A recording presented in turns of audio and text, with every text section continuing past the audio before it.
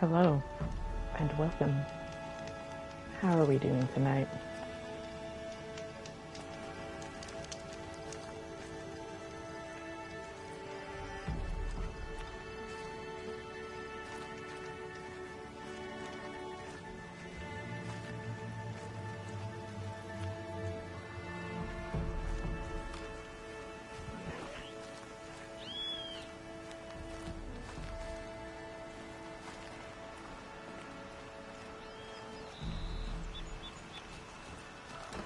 Gonna put up a fight.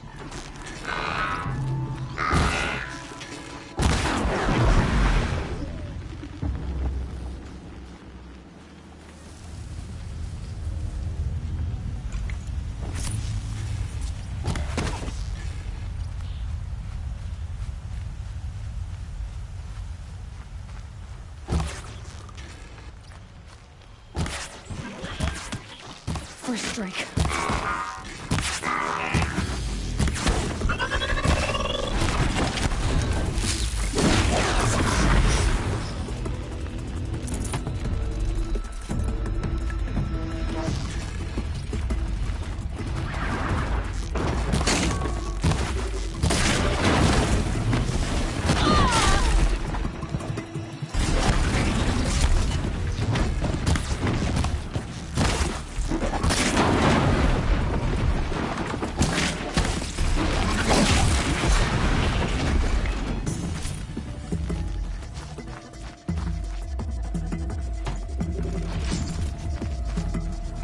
Fascinating, if they weren't looking for me.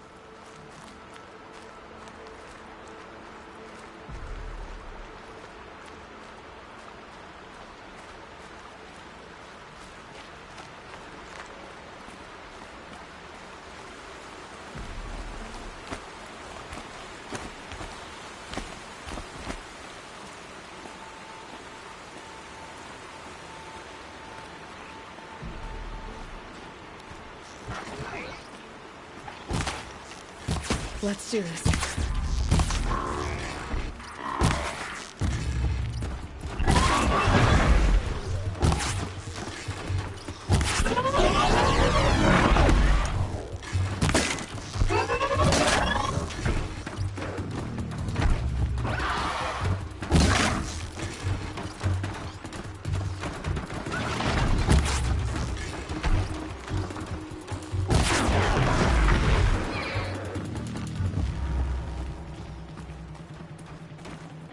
Very tight.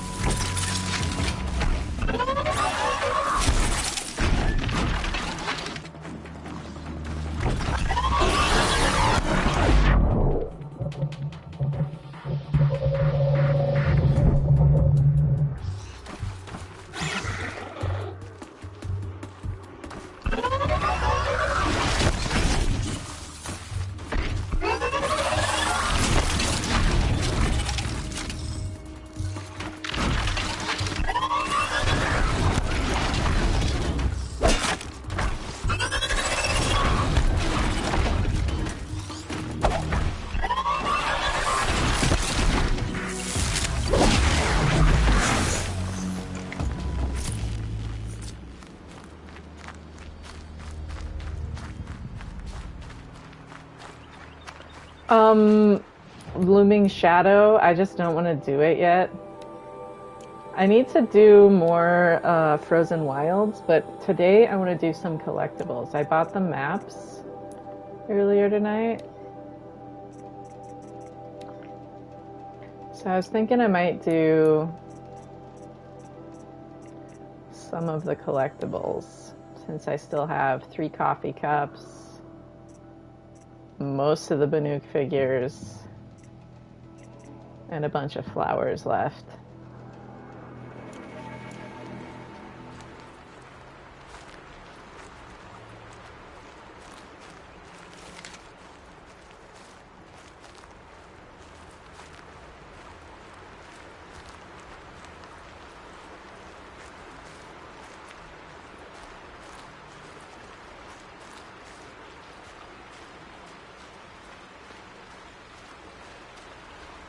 What is going on with this waterfall?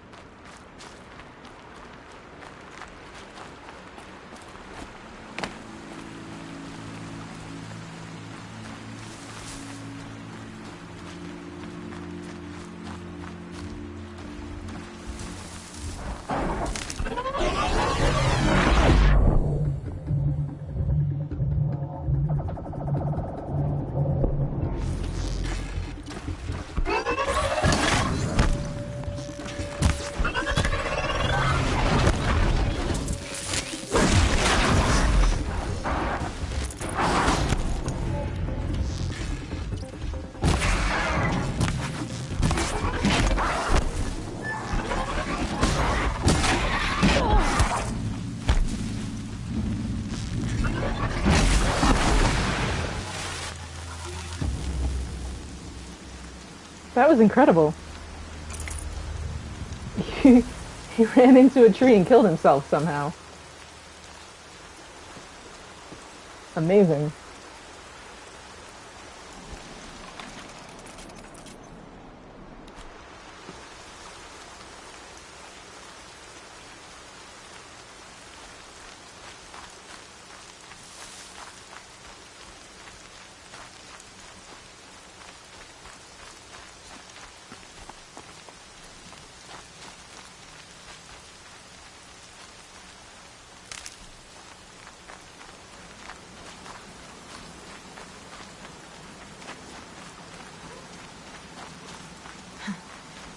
Rain's not so bad.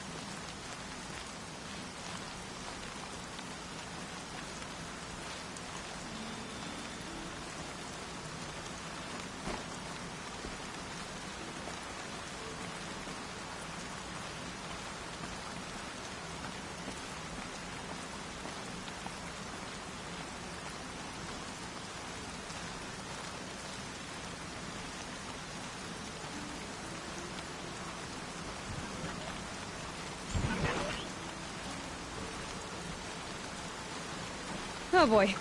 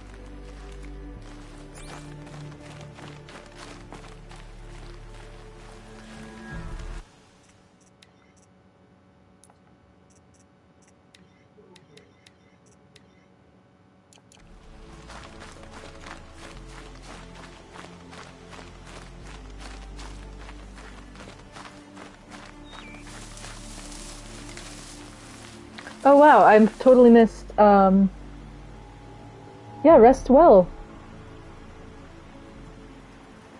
Happy birthday, Ricardo. Happy birthday. Congrats on making it to the next year. I totally zoned out for a bit there.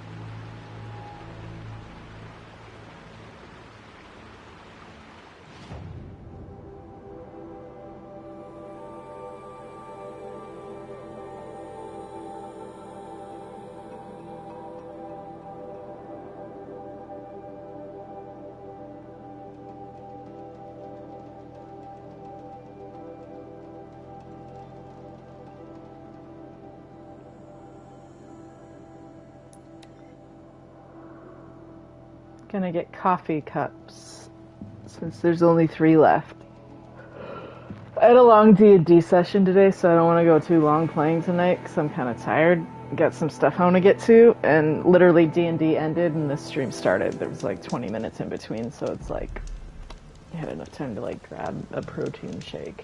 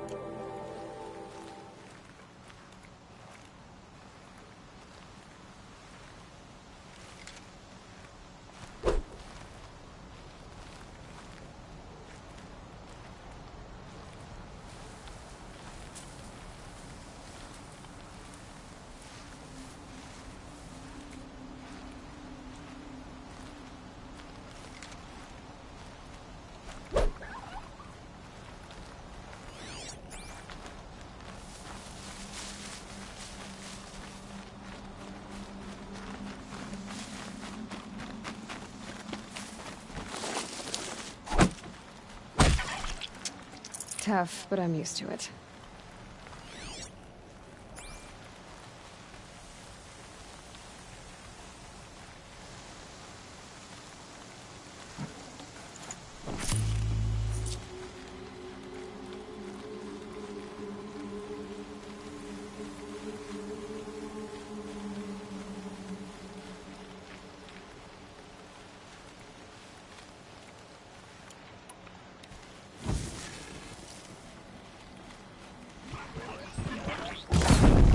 I'm ready. Gotta be.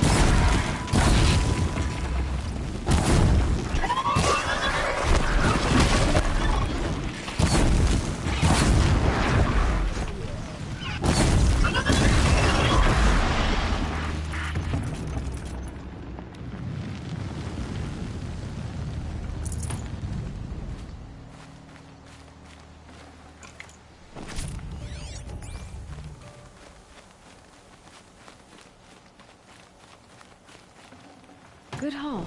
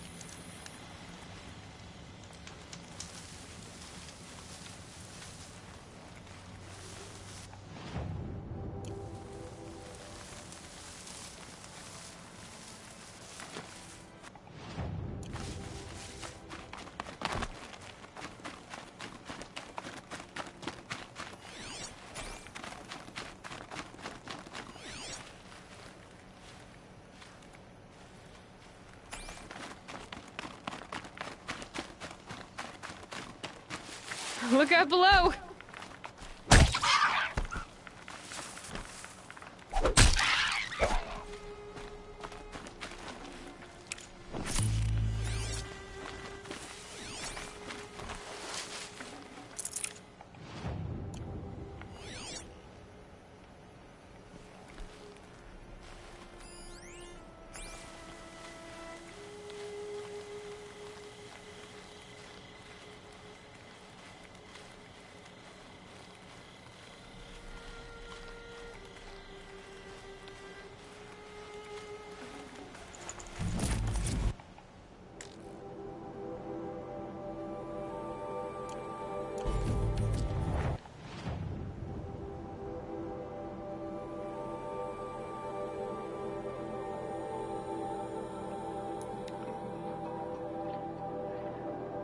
Yeah, I did a lot of photo mode earlier today. Kind of photo moded out. Just sort of zone and play.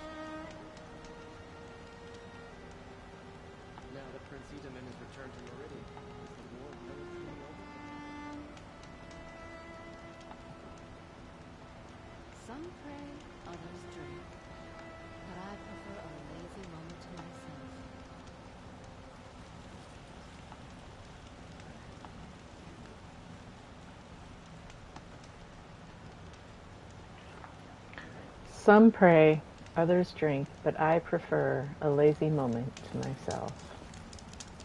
I'd like an opportunity to share a drink with Aaron. There's a man who knows how to enjoy life.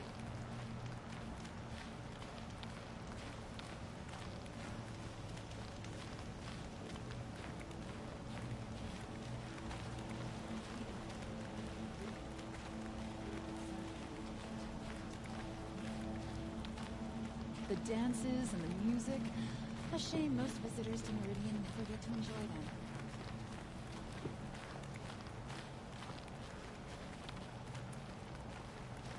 Fire and spit. Bet they didn't make two of you. You look fresh from the forge. I work hard and fight hard. I don't forget easy.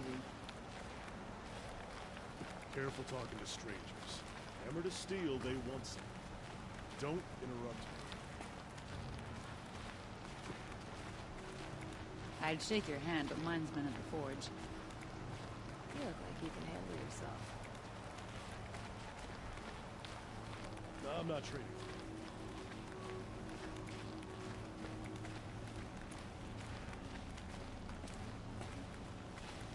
Ursa meant a lot to us. She would appreciate the steel and that more girl.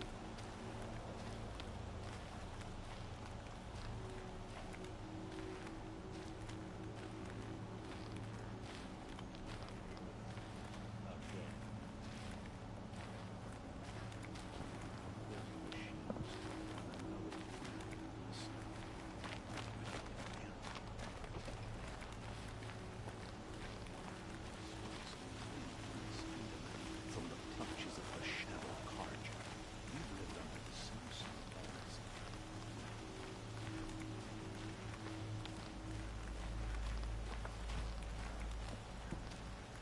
I don't know what to say. Spies have released Prince Edaman from Sunflower. Ostrom don't always take kindly to strangers. Keep that in mind.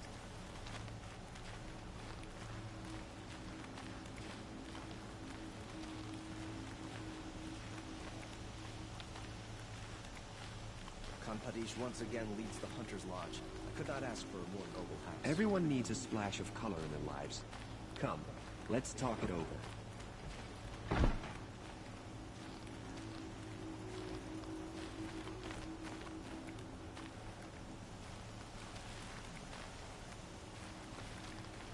Could you spare a moment to speak of the finer things?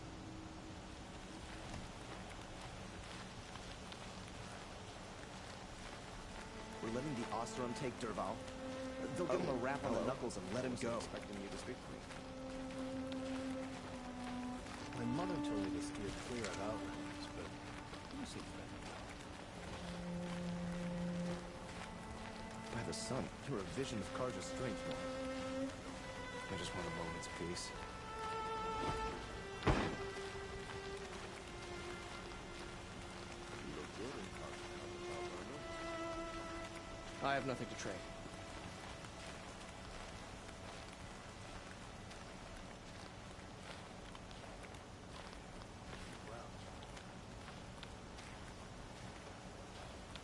You look strong enough to man a forge.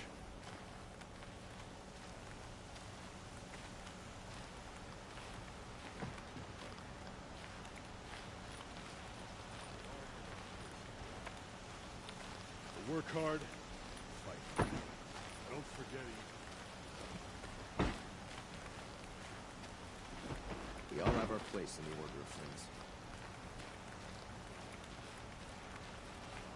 These damn Asa stirring up tensions.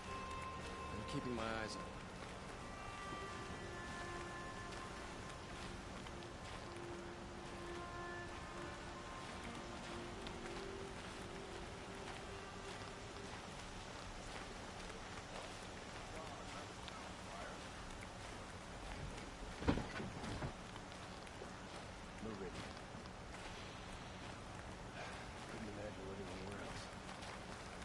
All right.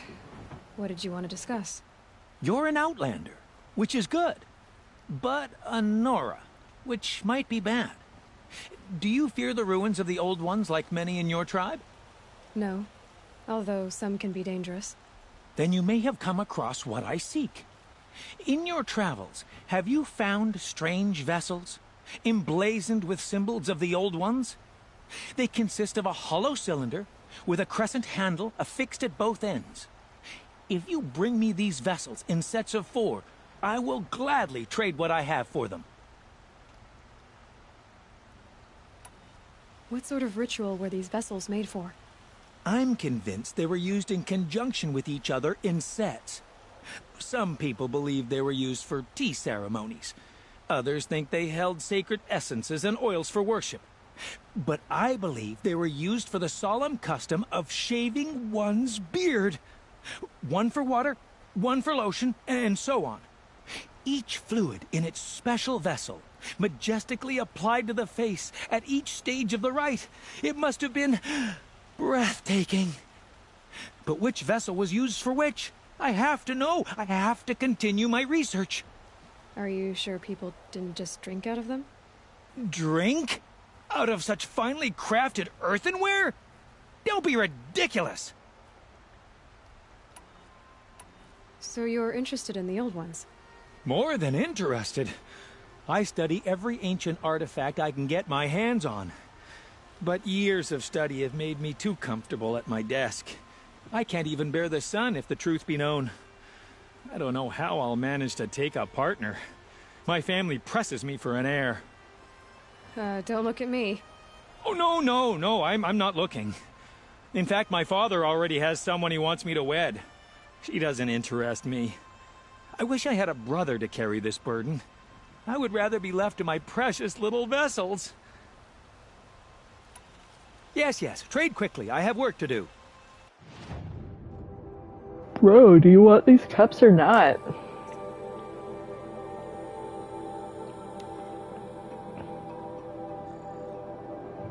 I already have one. Can I seriously buy another one of these? That's so weird.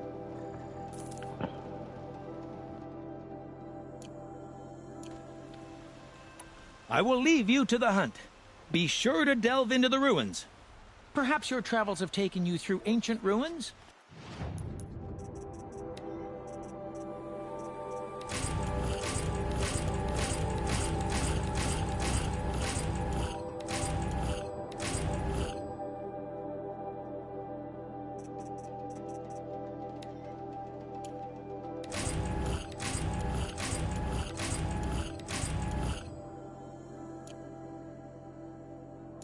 Let us speak of it.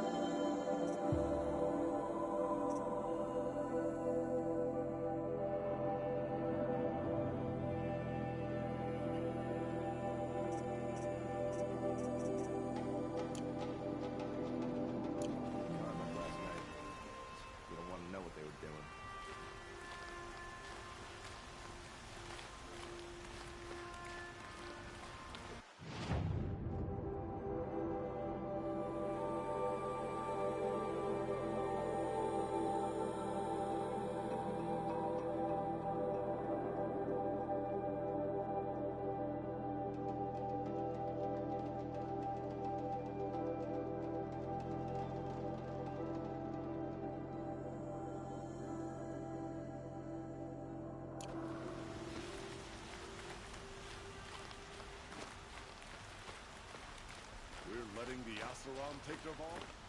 They'll give him a rap on the knuckles and let him go.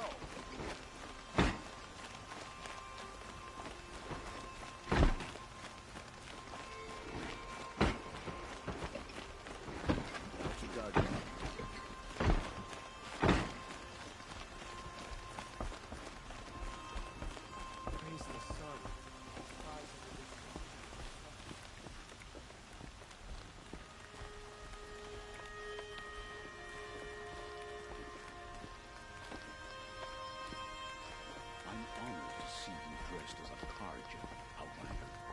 I've got a lot on my mind, sorry.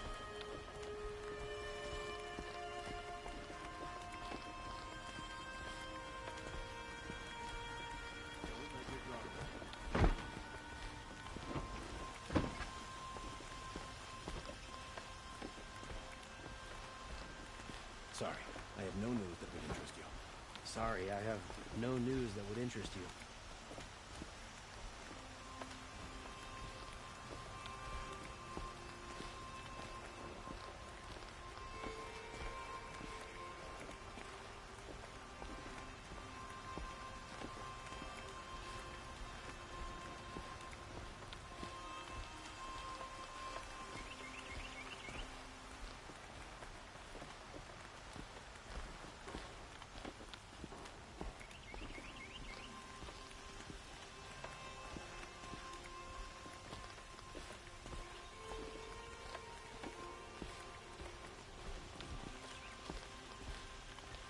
Don't let your guard down.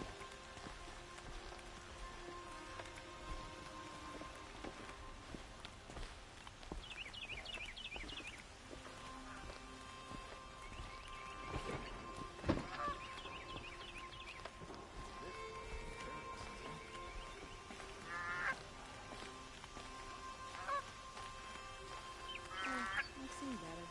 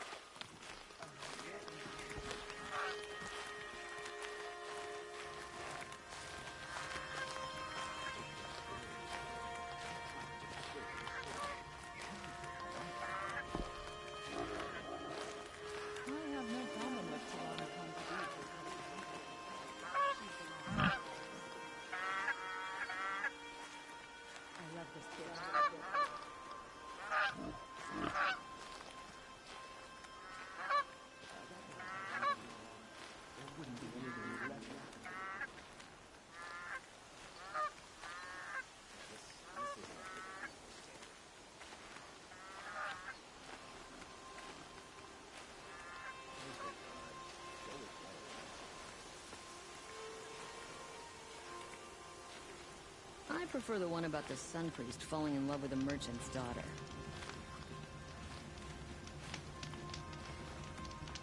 Whew. Nothing like taking a breath on a long day.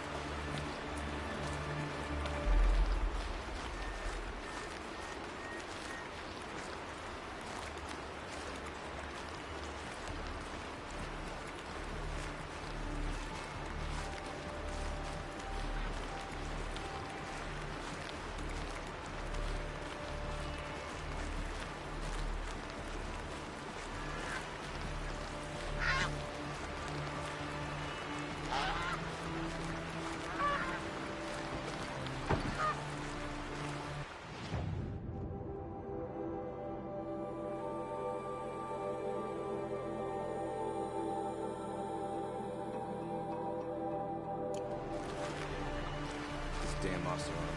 Stirring up tensions. Keeping my eyes open.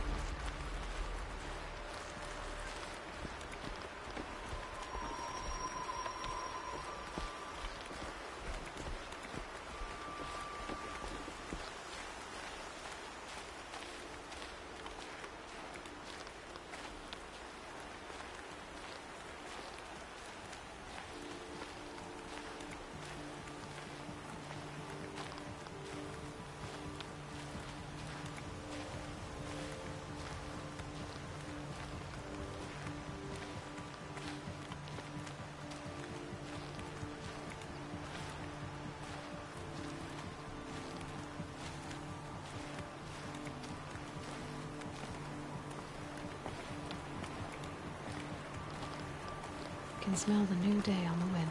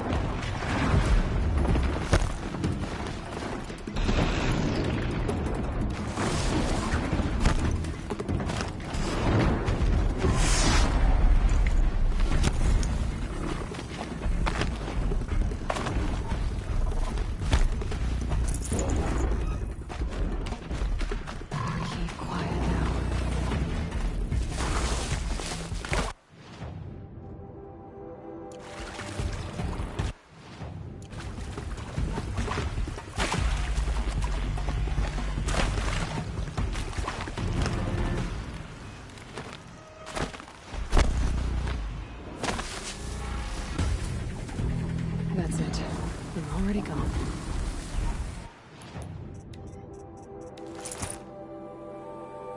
Hello, Klaus. How are you tonight?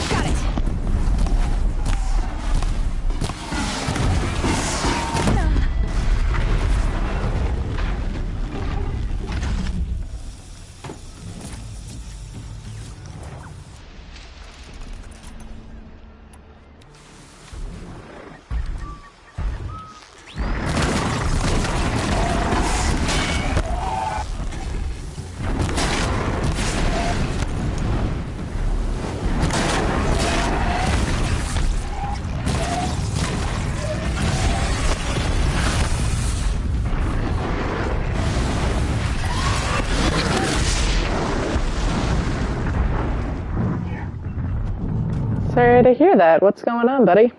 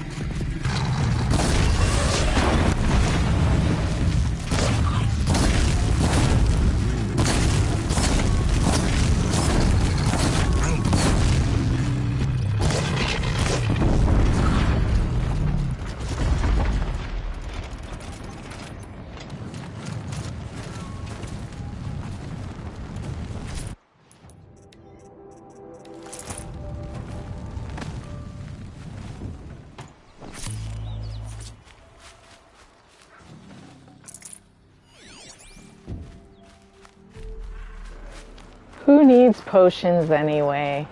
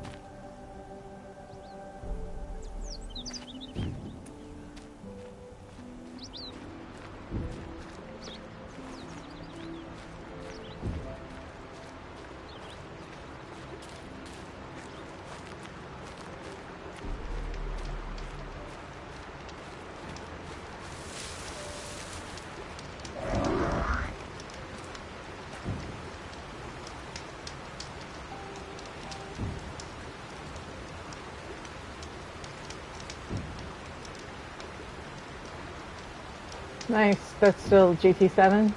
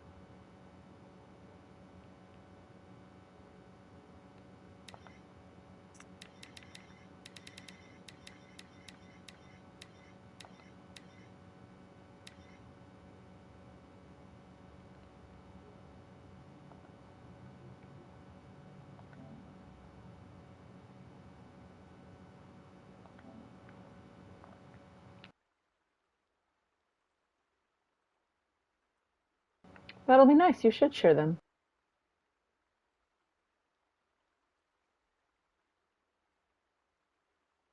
You know, I say that and then I never actually share most of what I've taken on Instagram at least, but that's I put it on Twitter.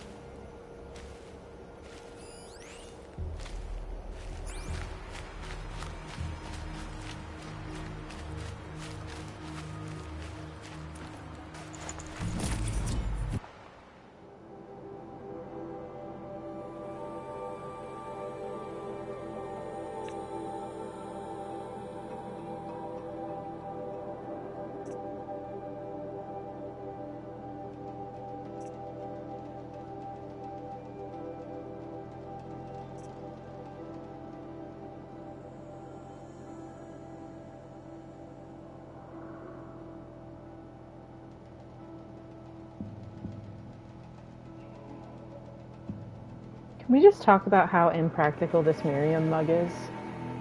Can you imagine drinking out of this? With, like, the uneven lip? It looks like a weird ashtray. It's so interesting to me. the design on it.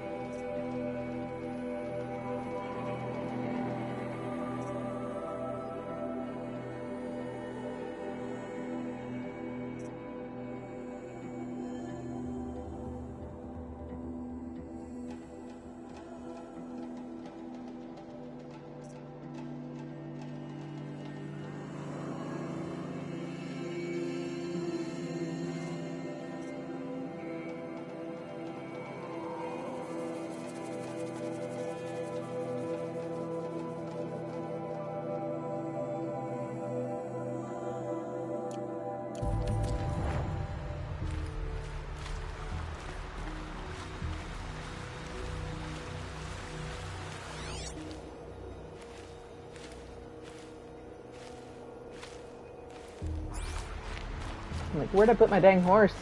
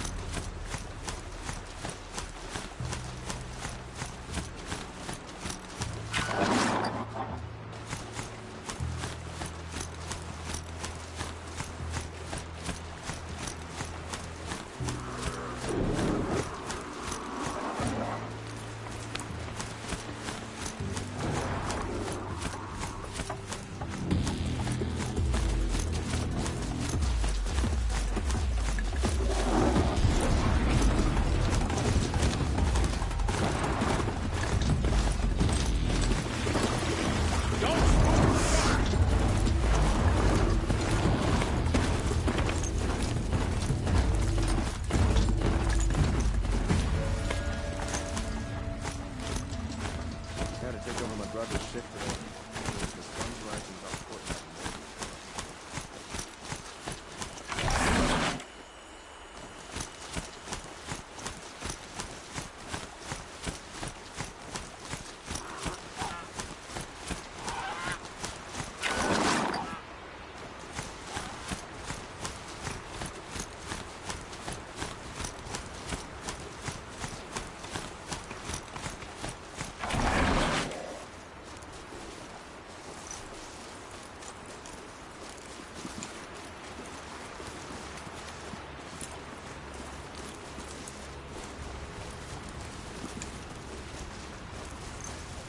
The shadows are getting long.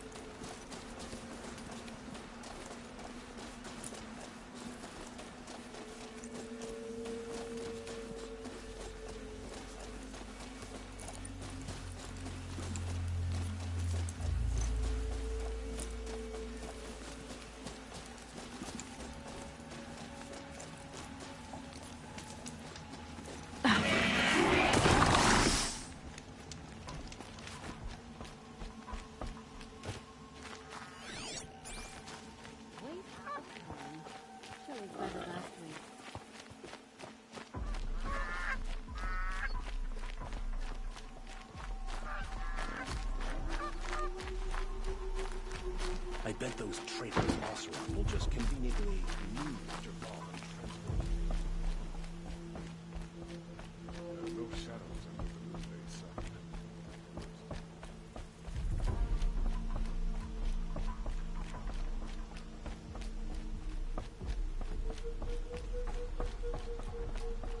No, I'm awake and alert. Damn it! Always stay bright, always stay alert.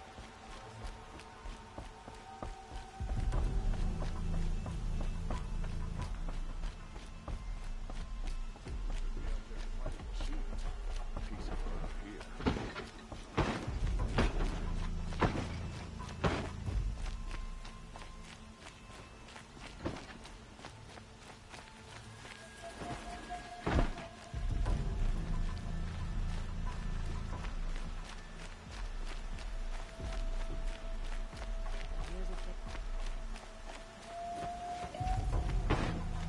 Yes. I remember you. Did you find the vessels I seek?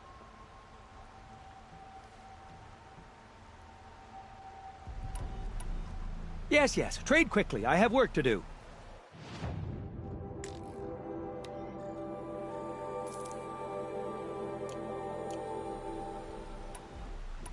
I will leave you to the hunt. Be sure to delve into the ruins. Yes. You look capable. You might do. Come here if you will.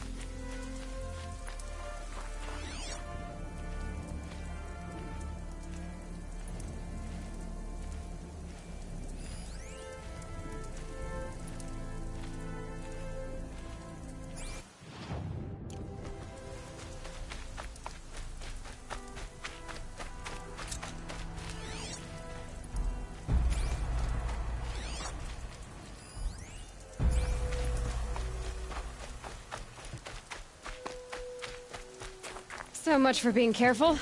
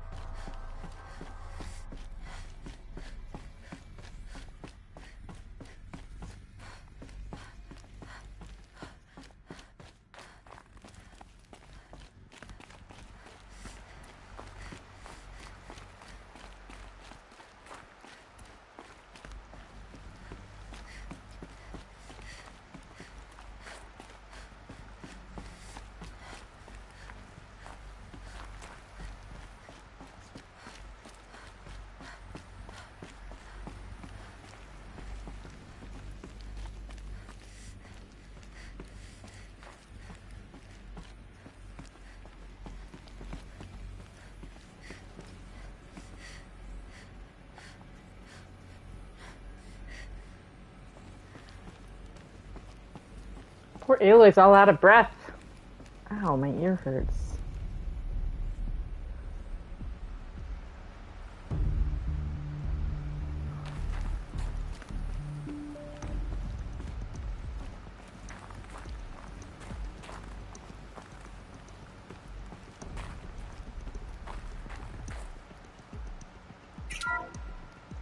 Welcome to Faro Automated Solutions.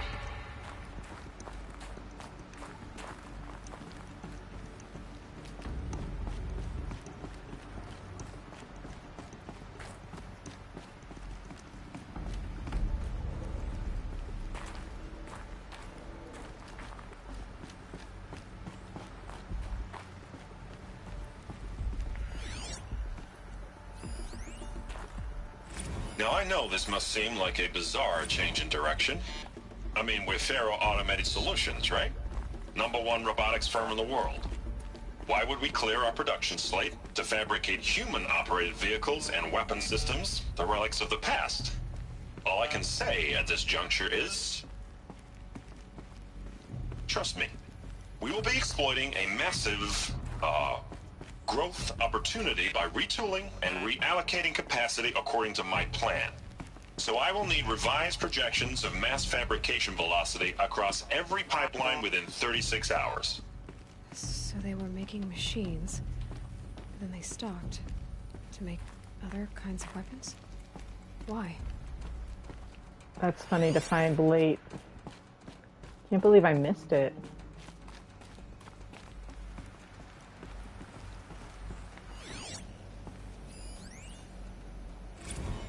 And this one.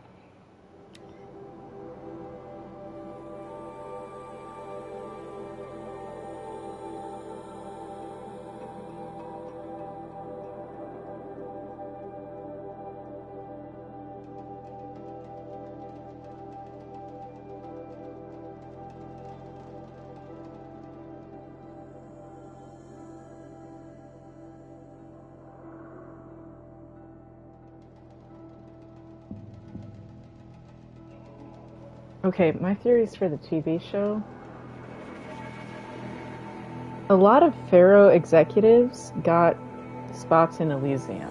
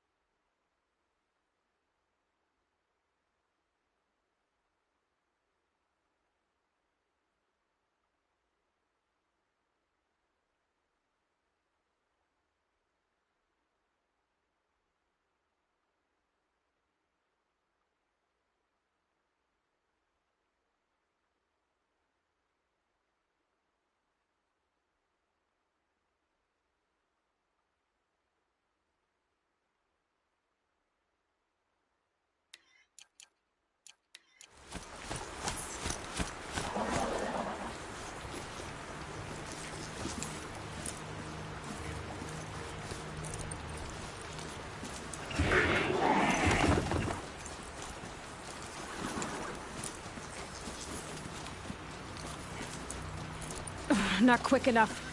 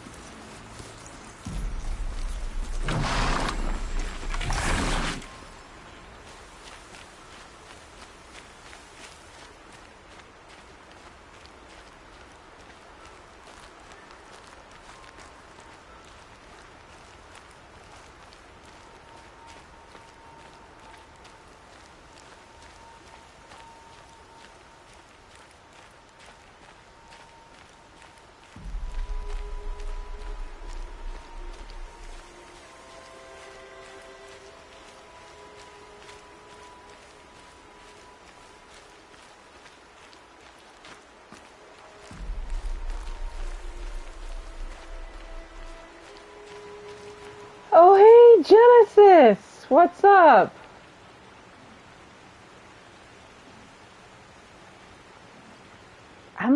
I was like totally in the zone. Yeah, I could tell. I've just been all playing good. with like trying to like look at the same thing with different eyes. You know what I'm talking Well, about? that's a beautiful thing to do. Well, no, that's like what I do. Like Currently, this whole thing of me streaming, I'm literally just like, why else would I spend 1,000 hours in the same game? I'm trying to like, it's like listening to the same song over and over, but you look at different layers of the song each time. Like this time I'm just going to listen to the bass. Okay, now I'm going to just listen to the drums. Now I'm going to listen to how the bass and the drums interact. Yes. And then you deconstruct it, all the different ways that you can deconstruct it. I mean, think about how much food is just flour, sugar, and water. And eggs. And eggs. different applications of heat. Lots of eggs.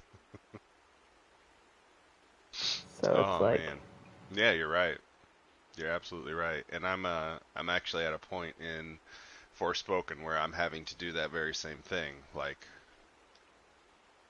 I can't just do the thing. I can't just like, go, enemy, new thing to do. I have to like unsee everything I've already seen and like go at it at a different pace. Well, and for me, it's like actually requiring that. Looking at like, okay, like right now I'm looking at like, how is it applying this depth of field blur on this corn? You see this? Oh, interesting. Let me hold on. I'm gonna make my screen bigger. Oh, that's very interesting. Because it's actually doing it in real time. And so I just do that, and I think about, that's part of why I play with the reticle off, because it's eye training. I'm tricking my brain into not realizing I'm practicing eye training for art, because the whole thing is forcing me to see the actual... I have to force myself to look at the screen in a certain way in order to play without that. That is the most realistic looking game corn I've ever seen in my entire life. Right? Look at that. It even got the husk right. They did a good who job. in their right mind thought to like get the husk of the corn correct? That's unbelievable. This game is a love letter to the earth. It really is. There's an interview with John Gonzalez, and he just, when he talks about the culture of working with and for Guerrilla, he just like says everyone there is extraordinarily ambitious, but like to create something beautiful. And I'm like, that's like the highest compliment I think that anyone could pay anything. And he like, there's almost like a hint of emotion in the way that he describes it. And I'm like, I feel that in playing this. Yeah. And 100%. in the culture of like interacting with the community. Yes. You should come to the Guerrilla Play streams sometime. And yeah, do they do them often? Is it it's is it weekly. Just it's usually at 4 it is? p.m. Amsterdam time, 3 or 4 p.m. Amsterdam time. So that translates to like 6, 7, 8 a.m. or something like that my time. And it goes for like 2 hours on Thursdays. They have like some of the developers on, and it's a nice little like probably like 150 person group that tends to show up.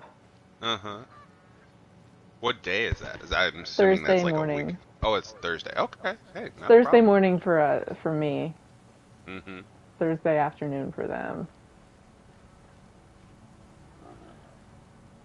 Interesting.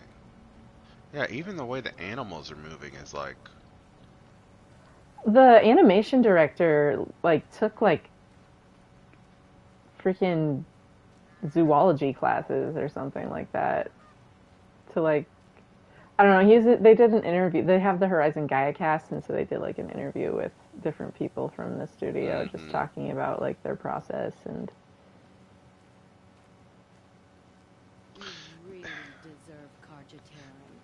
And I don't know if this is just me, but like, I love Aloy's hair in the sense that like...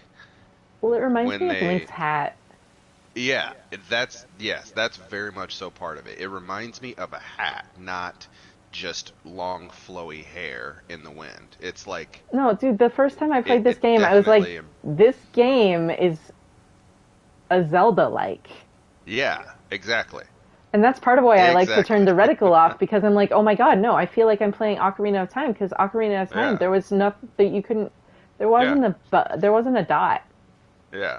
You had a lock on, but that lock on was nothing. It just looked at the thing. But I would spend hours in Ocarina of Time out at the lake with the bow, shooting the birds Yeah. from right by the lab and that little island in the center. And I would just go out there and I would shoot the birds. And then I would somehow after that I would like be really inspired to draw.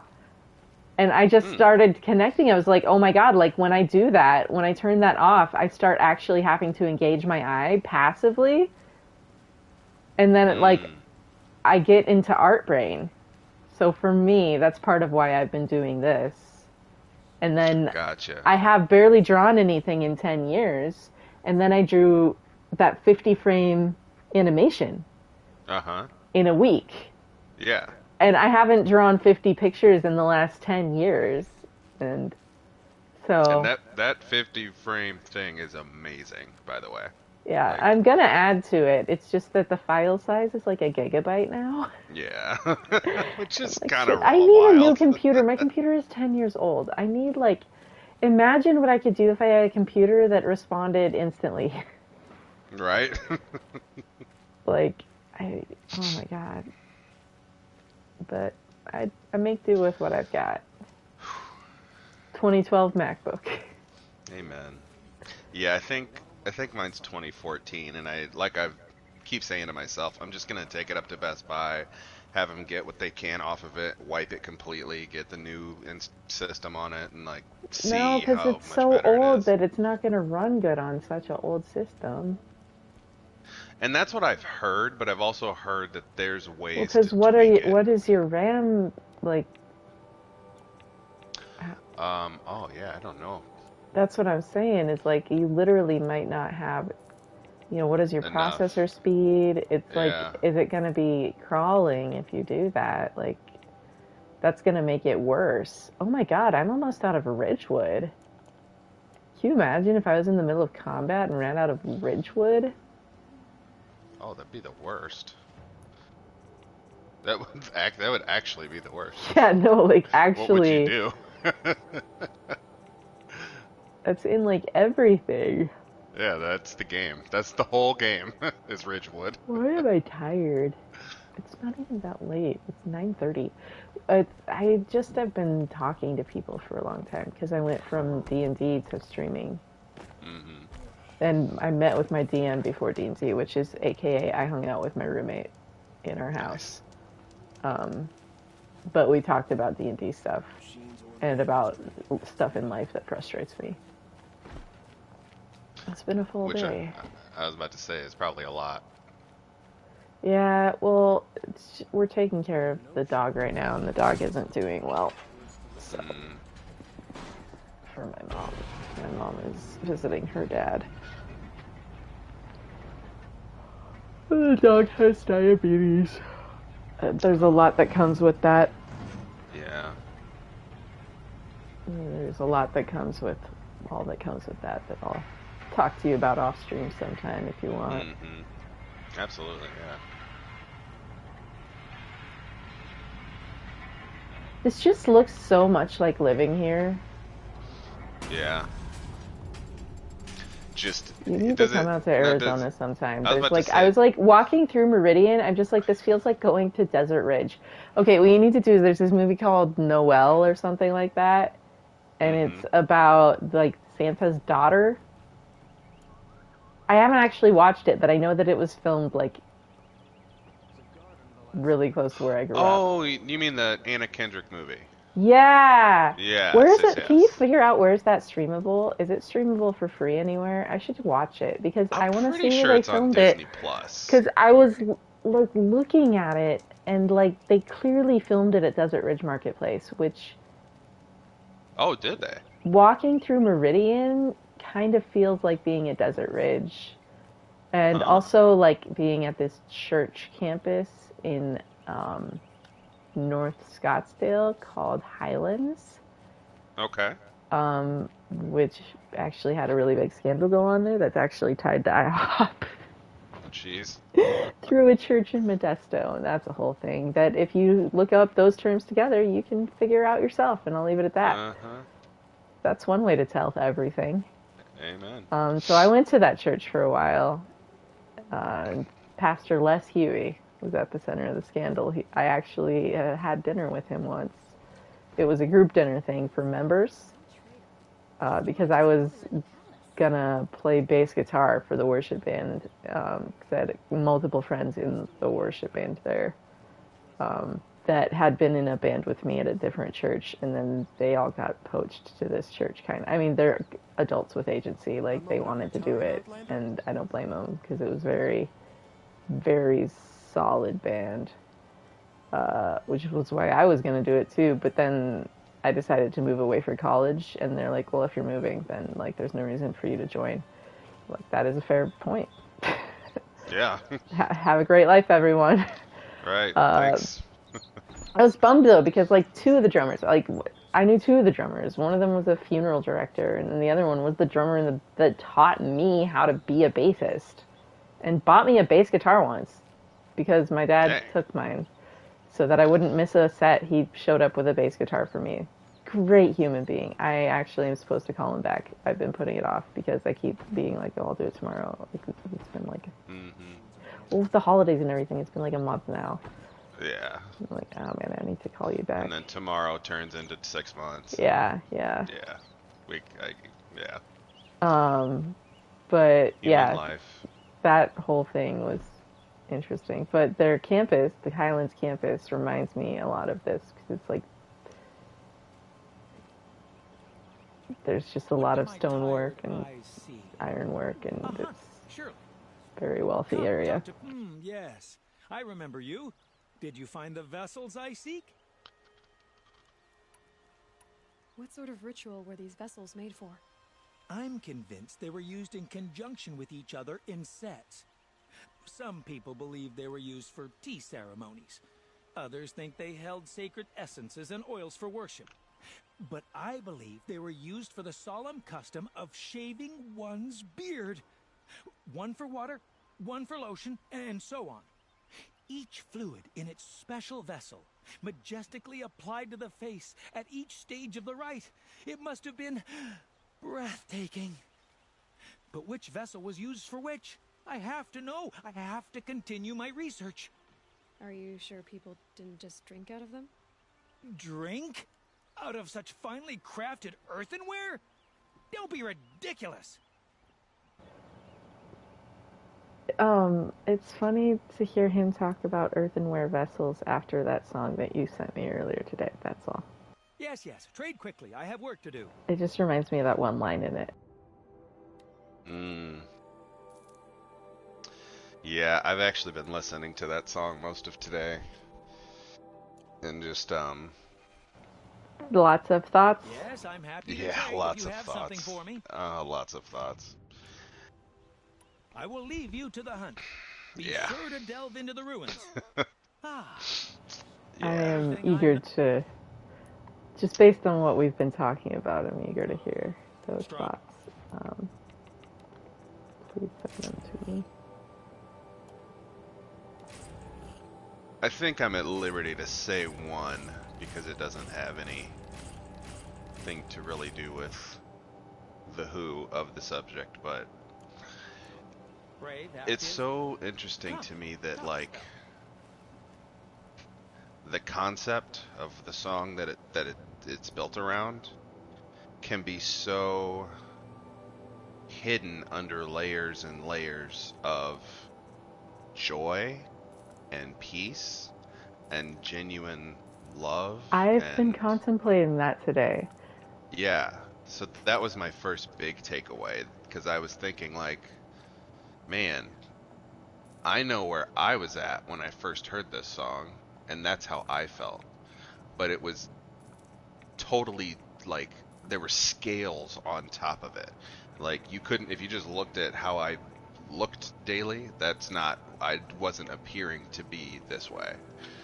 But I deeply felt that way. So there can be an overcompensation. That's not always what's happening, but there can be that. True. Yeah. Well, just think that's like a word for what you mean by scales. Absolutely. Yeah.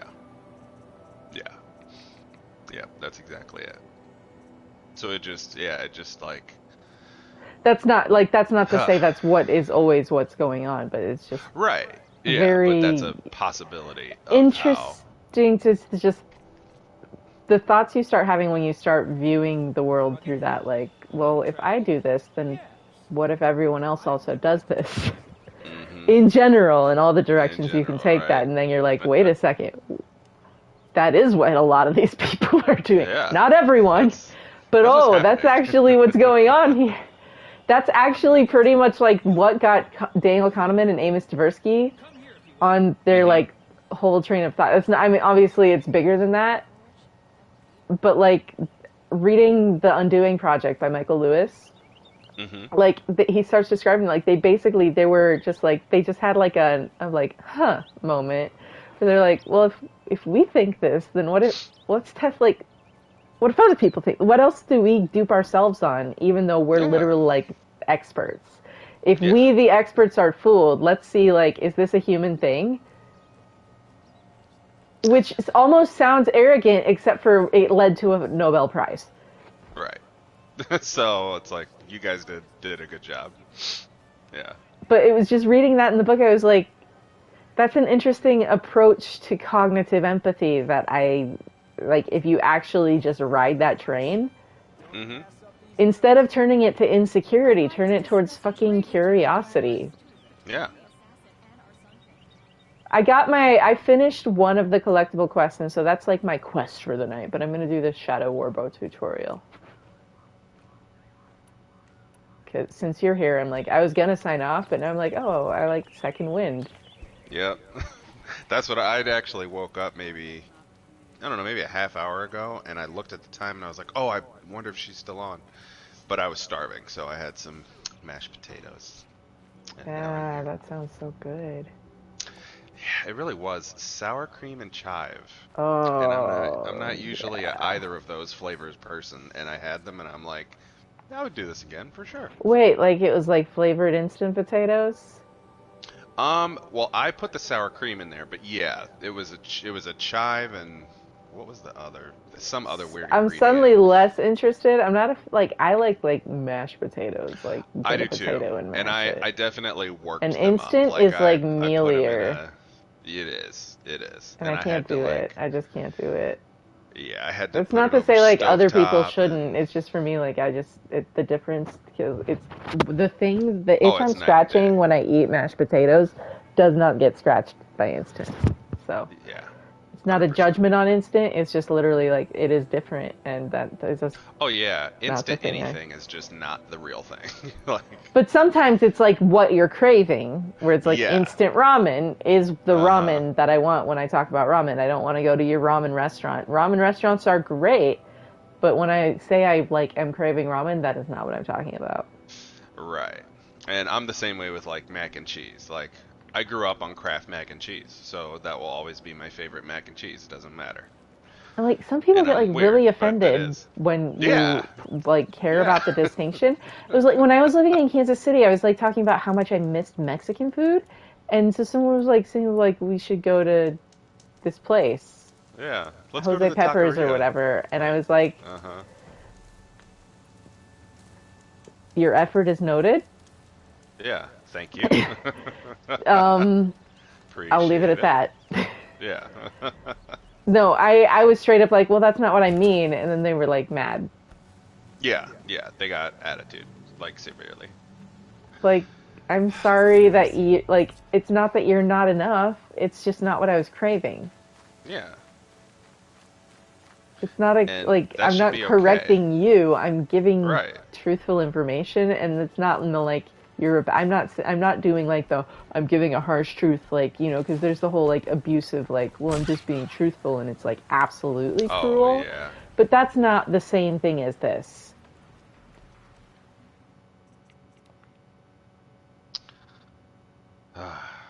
Yeah. Anyway, people are so interesting.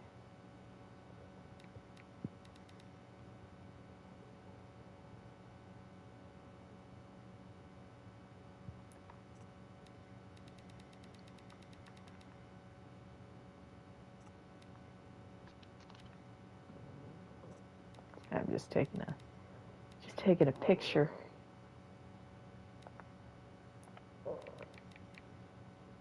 What do you have anything else with your mashed potatoes?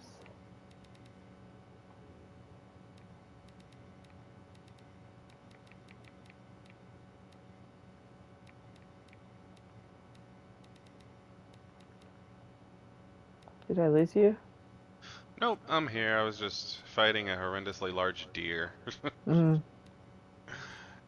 So, now that that's over. What was I gonna say? Oh, the whole thing about this. So, I wanted to go back to the games for a second and just say I'm playing the Forspoken on highest resolution with ray tracing, and I didn't realize what ray tracing actually was. I was wondering because you kept mentioning it. I was like, you're clearly pondering it. Yeah, so I did some research. I watched a couple of YouTube videos, and I was just like, okay, that's a bunch of like computer people speak. I need like broken down regular English. And then I ran across Marquise Brownlee. Have you ever seen a video of his? I'm bad at names, man. He's just this black guy that like loves tech. Just like the easiest way to put it. Gotcha. And he had a video on like basically how your eyes and photography work. Yeah, that's the exact kind of stuff I was talking about earlier. Yes, okay. And so I was listening, and he was just like, you know how sometimes your eyes autofocus for you, and you're like, you see it in real time? And he was like, so that's what ray tracing is, but when a computer autofocuses your entire world in front of you. So everything way far off is blurry, and as you get closer and closer to you, it gets easier and easier to see. And then I turned this game on, and I was like, I'll be damned. I'm looking at a mountain. That's what I was talking about with the corn. Yes. It is 100% blurry, and she has this power where she can like speed run through anything. And if I ran to this mountain right now, the closer I got to it, the more real the mountain would become. And I was just blown away, like, how did they even get that to happen? Like, all of the variables that it takes for like our eyes to autofocus, like in a moment, like that's what this is doing. And it just blew my mind that that's real. Like even the grass being like, she's tall, sorta, so like her height, even if you duck, like the grass gets realer. And I was just like, this is so unweird. Like this is so wild to me. Like I didn't realize our eyes were so intricate in how like we actually see our world. And no, that's the exact kind of thing that my art practice. It very rarely involves picking up a pen. As a percentage of what I do, if that makes sense. Right. It's like the majority of my music and my art, visual and audible art practice, has nothing to do with being at a soundboard, holding an instrument, or holding a pen. Right. And when I say pen, because I do digital, so it's always a pen even when I'm doing paintbrush, right? Like, it could be a sponge, but it's a pen in my hand. Exactly. Or paintbrush, like, yeah. But,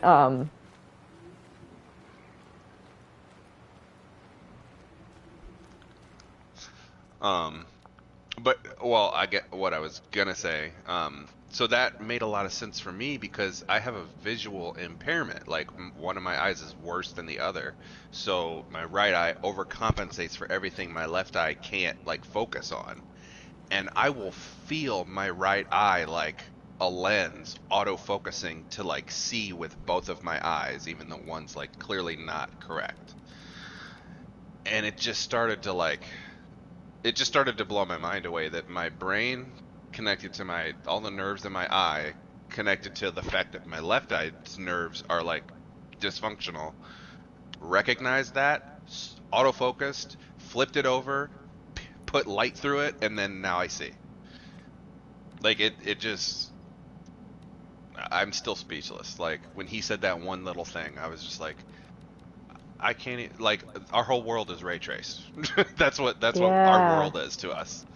Like that's it. That's the dopest thing to me. But then that was like, the dopest thing I learned today. Train your eyes to like undo it to a degree. Yeah. That's and what I like the magic eyes and stuff like that, or like there's a Uh-huh. degree where it's like I like to sit there. I do focus games with my eyes, and I try to like because it's like about looking through optical illusions. And that's exactly like what I was pretty much just referencing with like art practice or whatever, where it's like it's literally just become aware of the perceptual illusions in front of you. Yeah. And I definitely like what you said about having to do that in music and becoming aware of like not just all of the layers and what all of the layers are doing, but also becoming aware of like how can they change, how can they morph, how can they meld in different ways, even distorted ways, and still make something beautiful. Like it is a perception. It is really all a perception.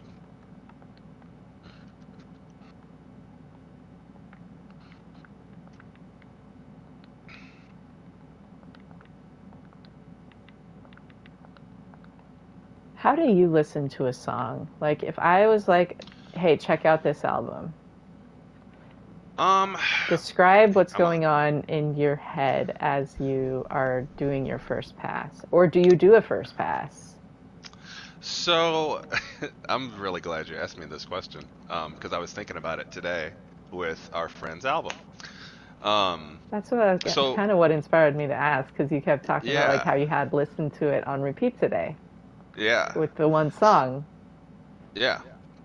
So I would say my first pass through is usually like the quote unquote hits, because I want to be able to like differentiate and sit those to the side and know, okay, those are the ultra polished, biggest performance. Those are the ones that make you want to get the album in the first place. So let me hear those, and if I have like an affinity towards them in some way, then I'll set them to the side, and I'll start usually from the end and go to the beginning. Really? Yes, and here's why I do that. So when I was, 7, I guess, I got a record player for Christmas, and I only got one album, and it was Michael Jackson's Thriller. And that is a 43-minute album. There are 9 songs, and I didn't know how a record player worked. So I put the needle in the very middle of the album, and I heard the last song first. And then my dad came in the room, and he's like, so how'd you like that album I got you? And I was like, well, there was only one song. And he's like, what are you talking about? It's a full album. And I was like, I only heard one song, and then it stopped. And he's like, well, did you put the needle in the correct spot? And I'm like, I put it in the middle. And he just laughed, and he's like, that's the end. And I said, really? And he's like, yeah, here's how you do it. So he put it at the very beginning. And I was like, whoa. And then he left the room. So I put the needle in the middle again, and I listened to the last song. And then, without even knowing that I was doing this, I put it a little bit further out, and I found the next song. And then I listened to those two together. And then I did it again, all the way to the back, to where I had pretty much just listened to this album like 9 times through. And then I listened to it the full way through. And I was like, I wonder if he meant to do, like, the album can literally be played backwards or forwards, and it has a totally different effect on you if you play it backwards, but it still has the same cognitive message. Like, it still has the same, like, holistic message. So I started doing that with just albums I liked. I did that with the first Linkin Park album. That's so funny because you know the one Kendrick album where he re-released it in reverse order, and it's like, oh my god, it's like those poems that read back. It's cyclical. Exactly, and it was when he did that. I actually was just like, that's so cool. Somebody else gets it. Like they get how a reversal. Well, of that's the the same way exact I material. like. Dream Theater does that, but then they do the opposite of that, where a lot of their albums actually trail where the way one ends begins the next one. So like, there's one that ends on static, the next album begins on static. But then the album Octavarium literally starts on this F or F sharp, I forget. It's just this low piano boom, and then the song fades in, and then the last song ends. Da, da, da, da, ba, ba, da, ba, da,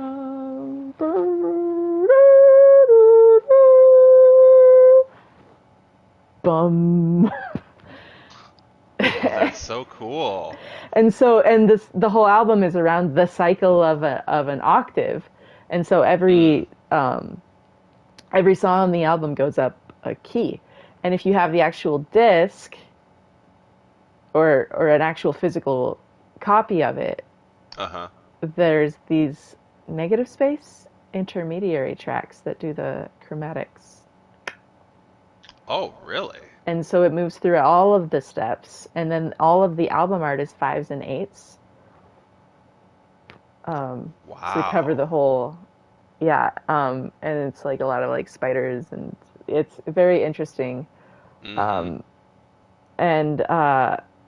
then like the lines are like, we move in circles, balanced all the while on a gleaming razor's edge, a perfect sphere colliding with ourselves. The story ends where it begins. Oh, that's such a cool... like so there you go with the whole like it's like that like it does go into that like you can kind of take the journey backwards in a way because of that too. It's just very interesting the way that the story still is an arc. Right. Anyway, I like to think about, and that's what I like about this game is like it's kind of like games in general are already going on all of these loops like a clockwork, like planetary orbits, you know, and then it's like her focus just shows her the little circles that all the machines are moving in. It's funny to me. Man, that's beyond awesome. Just to even think of that in the first place, much less do it, you know, like... Well, that's like how the whole... Have you heard the story of Squirrel Time? I don't think so. Like, you know how they're like in game development, there's like... Sometimes you're building a little world, right? Mm-hmm. And sometimes you just need something to like... set a standard, because any value that's occurring in a game, physics, etc., all of it is something you're building. And all your math has to build off of all your math in a cohesive way within your world. So it's like if you're timing something on an animation, then what is your standard for that, like, one interval? Your computer, all of that, every bit of it has to be decided and built into your world. So sometimes it's like you might need something that gets something to cycle on a queue, and what do you have that's, if you can reuse assets or whatever, like, or is there something already programmed into it that you can use as a reference that gets you this time that you can put in the scene to trigger the queue? Because what you might need to do within the game's engine or physics might just need to be like, it's like how in Fallout, to pace the subways, they put them on ahead of a body that just walks it or whatever, or puts it at the right height, because that's how they can trick their system into rendering it. So that's what Squirrel Time there was one solution, was that whoever was doing it just used the cycle of one squirrel animation to time this one thing for something despawning and respawning or something. You know what I mean? Where it's just like... The what doesn't matter so much, but it was the outcome happened. Yeah, it's more like it's the more the journey it took to get there. Yeah. You know what I always thought was interesting too, just about music in general, how, because I don't know how to play an instrument to any degree We that need I'm to like fix that. fluent. I I Bring your want horses to here, and I'll teach you how to so play all the instruments I play if you let me ride your okay, horses. beautiful. Can you? It's a Oh fair yeah, you trade. you you can't play the piano. I almost asked you that question, and I was I like, mean, I know I'm you not can't, great at it, but I can teach you what you but you need to can play do it. to get to the starts. I mean, I'm not very good. Yeah. It's unfair to people that play the piano for me to say I can play it. I can figure out Okay. songs. Right. See, I can't. Yeah, I'm not even there I've yet. I've played sets, but it was Oh, like, you've played like keys on sets? well, I wasn't like the lead key. Well, I mean, I wasn't like leading. I was just like, I can play some note. Tell me the key, and I can play some notes that'll sound nice. I mean, But I don't know if that counts though. Like, I mean, it does. do I sit at a I think it piano does. sometimes and put my emotions out into the world? Yes. Uh-huh. But I think it counts. I think it does. I mean, no, we can't play keys like. What would I but the even thing is, consider? I'm like, You know what I mean? and I did like have lessons and read music, but I don't remember how to do that. I'm like, I don't know, Well, where's the line? When do you say, like, then I think about this person I knew who just like decided she was a food blogger, and so she started telling people she was a restaurant reviewer, and she was writing reviews, and then she'd go in and be like, yeah, I'm a restaurant blogger, which is an honest statement, and they'd like treat her extra special. And I remember going out with her one time, and I was like, people are really like taking this seriously. You have like 3 subscribers, but you introduce yourself as this, and it is what it is. Yeah. what? Like the owner like came over to the table, and I was just like, I mean, it's working for you. Yeah, you're doing it. But is that really how the world works? Right. And is it fair to say that's how the world works? Because Am I watching this happen, or am I being unfair right now? Like, what is going on here? Right, But then I just started looking around, and I was like, what else is what else is actually just this? Yeah.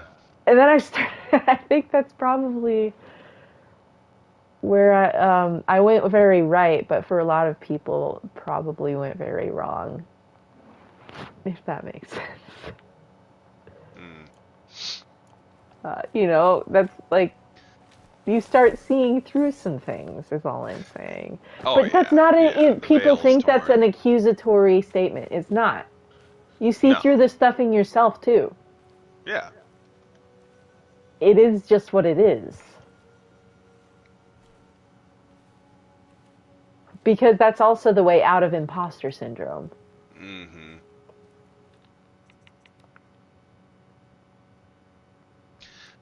And who would have thought that that's actually like a legit like way out, that you start seeing that through that lens, and it's no longer just, oh, everybody else is like this. You start going, wait, I'm like this. Like, I actually have these same issues and tendencies.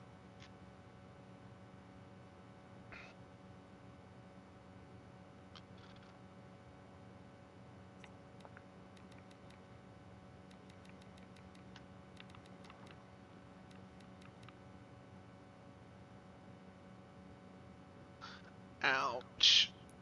You okay there? Yeah, the bear just hit me extra hard. Gotcha. I was like, are you in physical pain, or is this video game pain? I mean, it's a little bit of both. I'm kind Yeah. of full on the right side. Gotcha. But yeah, definitely more video game pain.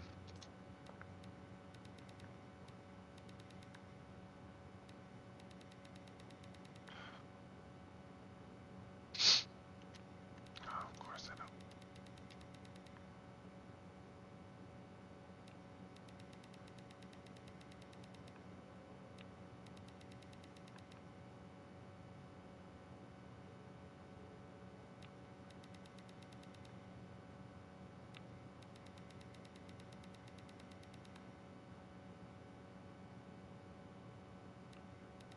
Here we go. I like this picture. It's getting real.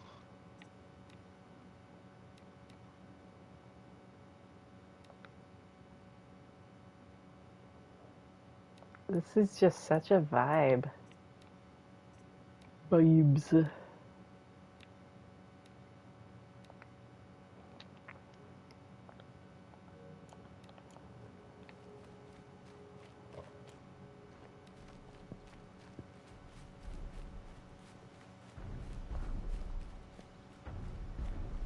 What am I even doing right now? I don't know. Did I say a goal at any point? Oh, I need to do these corruptor arrows. This corruptor arrow thing. I'll corrupt some watchers against one another. Hey, buddy.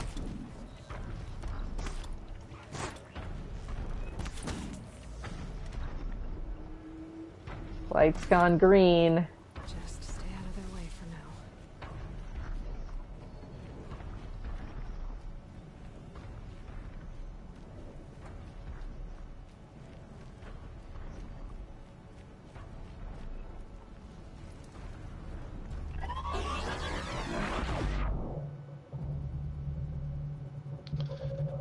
I did it. Big Bear is sleeping now. Alright,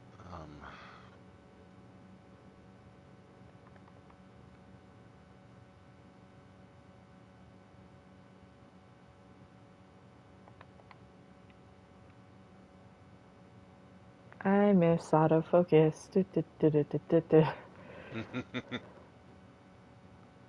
So real.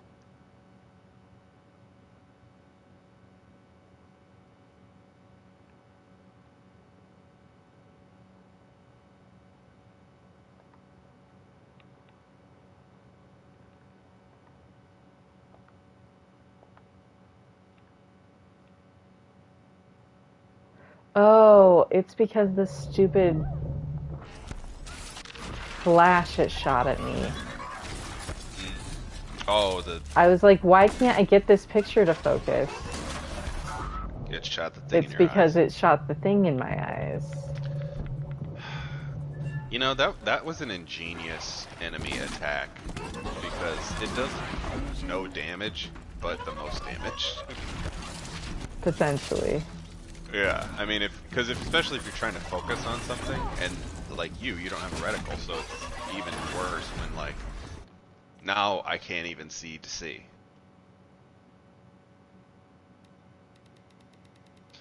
And then your player's reaction. Christmas. Look at that green.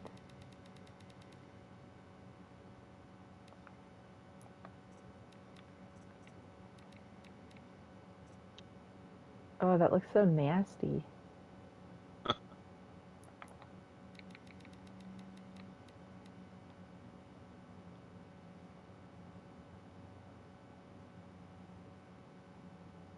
Okay, that's kind of a good looking picture though. Look at that. Ooh, wait a minute. What is that?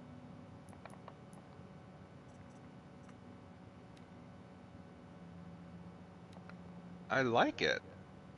Yeah. I really like. Oh, it's two of them. Yeah. I was looking at its.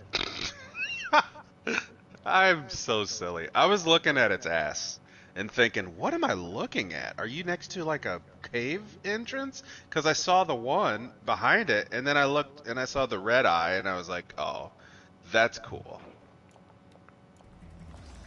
But I was clearly looking at its tail ass. Not knowing what in the world I was looking at.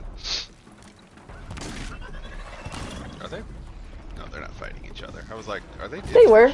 They were. Oh, were they? Okay. I corrupted one of them. That wasn't it. Okay, I thought that was intentional. I was just like, they're not fighting each other. Yeah, well, they can do that. I used to do that to scavengers all the time. I just wanted to say I miss Forbidden West, and I can't wait to get back to it. But that's part of why I'm taking my time to get there. because it's just going to be that much more like, Now I'm you're home. now in a sense you're pretty close to the end, correct? On this, I'm literally the next main quest I have is the final quest, but I need to do the yeah. Frozen Wilds still.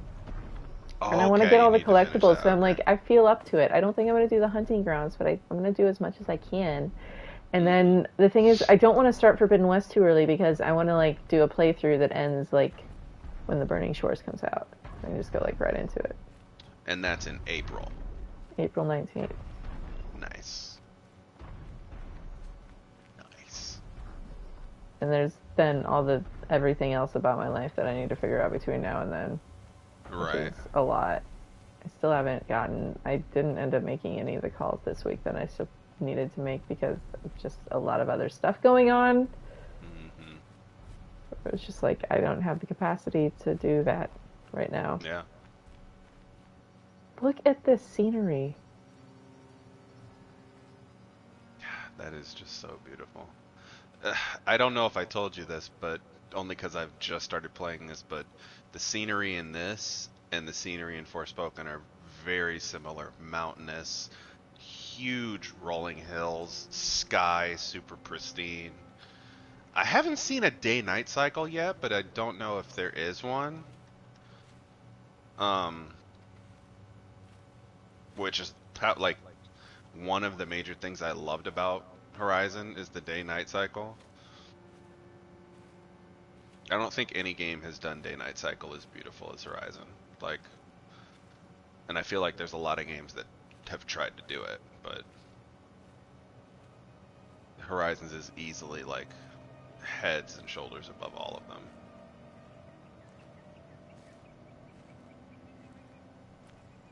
I mean, just even now, it's like, is that dawn? Is that dusk? Like, it doesn't matter. It's gorgeous. It's actually a time of day I can recognize.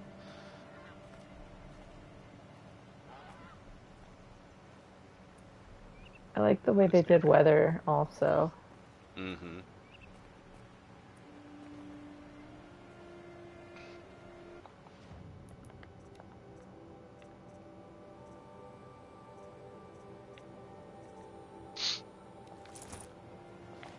Look at this freaking silk.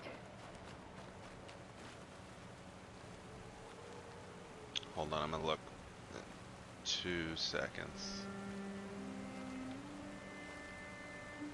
There it is. Okay. Well, I died. That's okay. Oops. Oh, it's so fine.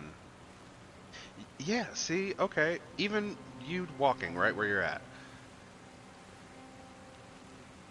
The grass to the water to the shoreline to the light, the pyre, to the tree, like it's all in your eye's focus. Like my eye doesn't look at this and go, what the hell is that? It's like that's how it would if you're in a camera focus. Yeah, the flower in front of her, like if you're looking out of a camera or even your naked eye, that's what that looks like.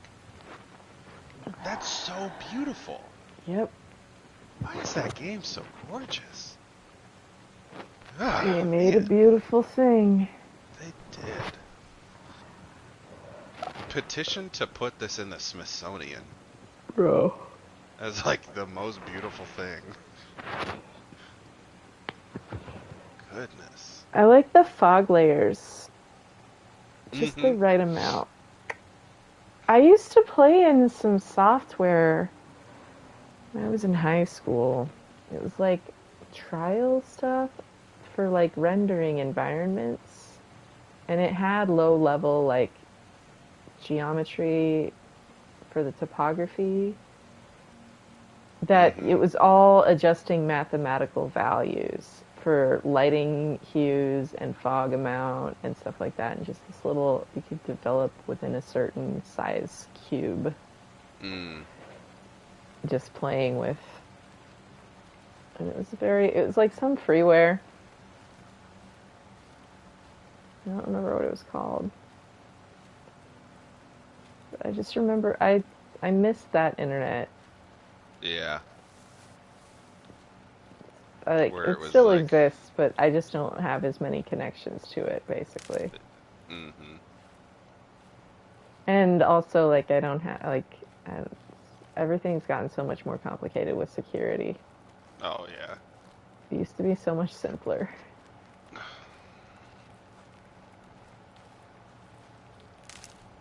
I need Ridgewood. I'm just gonna walk around collecting Ridgewood. I'm super low on Ridgewood.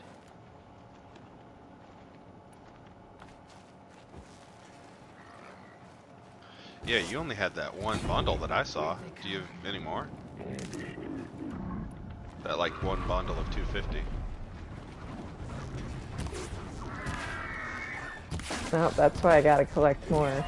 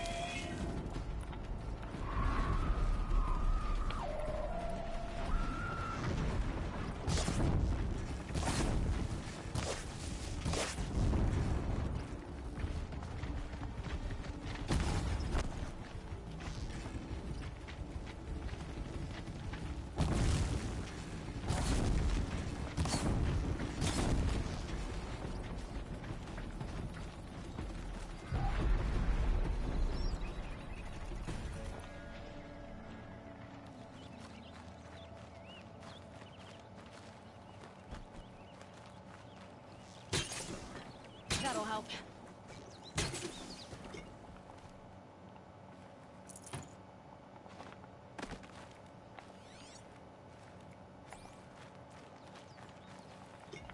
That song reminds me of this other song that I was thinking about the other day. Which is why I was thinking about it. Oh, the one currently playing? Yeah.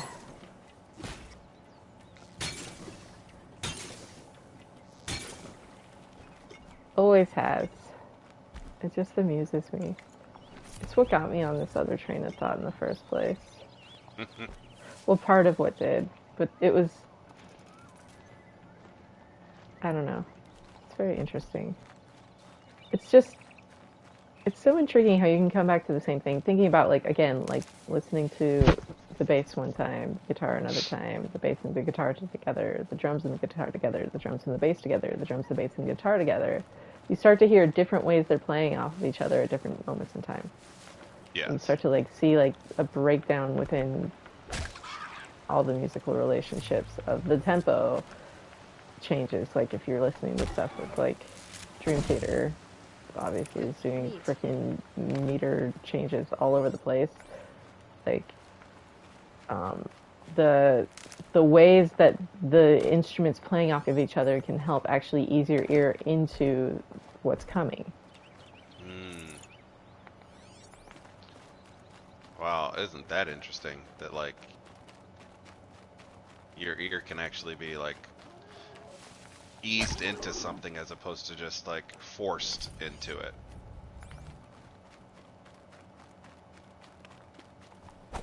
Which, it's like, that was like a concept when we tried to explain, like, in the context where you and I met, people like, I go back and I was listening to, you heard all the weird piano stuff I posted, because it was like the scoring software in the freaking early 2000s or whatever, like, didn't have anything but the weird digital piano noise. Right. Because it's just for note reference, and you're scoring for whatever instrument. Like, it's not, it wasn't like, you know, MacBooks weren't invented yet, right? So it's like, people weren't doing as much digital music yet. Yep. Yeah, none of that stuff was made. We couldn't even do, like, process stuff like that. And so, but the point being, like, some of the stuff I put up, like, you can hear, like, I literally, the whole time, everything I introduce, even the stuff that sounds dissonant or chaotic, I always ease it there with something familiar to stay behind. And you start like changing an element at a time, just like a bunch, like, it makes me think of the scene in Korra where they learn to be airbenders. Oh, yeah. Where it's like about just completely going with the flow. Yeah. But like there is every single one of those things has a central axis upon which it pivots. There's just a lot of axes going at the same time, which goes back to what we were saying earlier about things being cyclical. It's just a different way to think about things cyclically, because it's about, okay, what's at the center of each cycle? And then what's on the arms? And what I always thought, because I think we're thinking about the same moment, what I thought interesting about that scene and that, you know, structure was Jinora. She had to center herself. She had to, like, it's so. Well, and it is the whole thing is about centering yourself, because you're not thinking about avoiding the swinging arms. You're thinking about the axis upon each one, which each one is swinging. Right? And then you're becoming like rotational like that. Yeah, you become one of them. You're just moving through them. They're stationary. But it was so, that's what I got out of that. Just like, man, she had to like become one of those swinging things in order to like move in with them. 'Cause that's what she was doing. She was moving with them, not even around them. You know? Makes me think of the other larger conversation you and I have been having about the window to creativity is through a surrender of control, and it's finding that center and becoming able to swing on those pivots. And it just makes me think of the Sarah Silverman joke. A speck of dust. The way she tells the joke is that she's basically, it takes her 40 years or whatever to realize what a teacher was saying to her when she was in acting classes as a 10-year-old. Right. But he says acting is reacting. Oh, wow. That's wild. But her joke is like, it wasn't until like 3 weeks ago as an adult now that she's like, oh, reacting. Why didn't he just say it that way? Because he went reacting, and she's like, acting again? Right. What? Acting again? I can hear her What do you saying mean? that. What do you mean? It's on Netflix, Speck of Dust. I highly recommend it. It's Sarah Silverman, so not for children, even though she is actually a Disney princess. Was she really? Bro, she's Glitch. Oh, Penelope von Schweetz. Oh my goodness. Perfect. She's the Disney princess of video games. I'm speechless, because that makes too much sense to be too much sense. I also highly recommend her show on Hulu, I Love You America. It's timed because it's talking about the political issues of the time when it was being made in 2017. But it's still timeless because that shit's still affecting us today. Right. 1. 2, it's about more than just that. It's just set in that. But it's, again, it's not for kids. Unless you watch it first and determine like what, because at the same time also like the stuff that's in it just goes into a lot of real topics. So like obviously like determine each like, you know, person's like whateverness, because it's like some of the stuff that is the reason I would be like, don't show it to a kid, might like topically she just makes a lot of sex jokes and stuff like so like depending on what age you're defining as like teen or pre-teen, like obviously different episodes are different levels of topical appropriateness. Some of them don't have as much like, but Sarah Silverman is a very crass person. And the thing is, I don't want to say like, part of her whole thing is it's like, some of it is like, inappropriate for certain audiences, but that doesn't necessarily mean it's a bad topic. Like, you should talk openly about sex with your kids still. Yeah. Like, it's just about what parts of it are you talking about. Right. But, like... But it should be a discussion. And that's a whole, like, you know, teach them the words for body parts for their own damn safety. Right.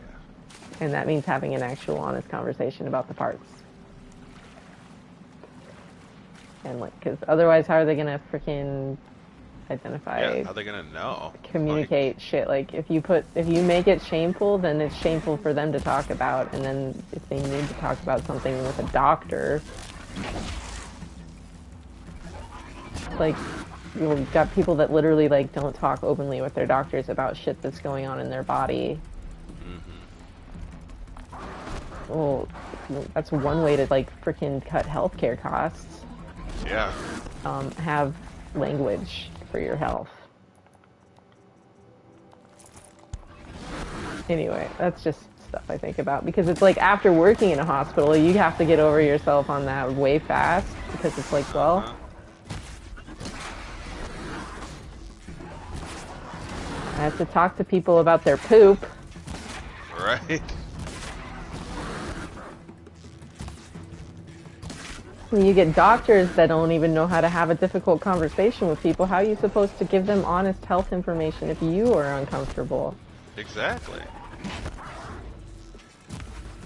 I dropped it.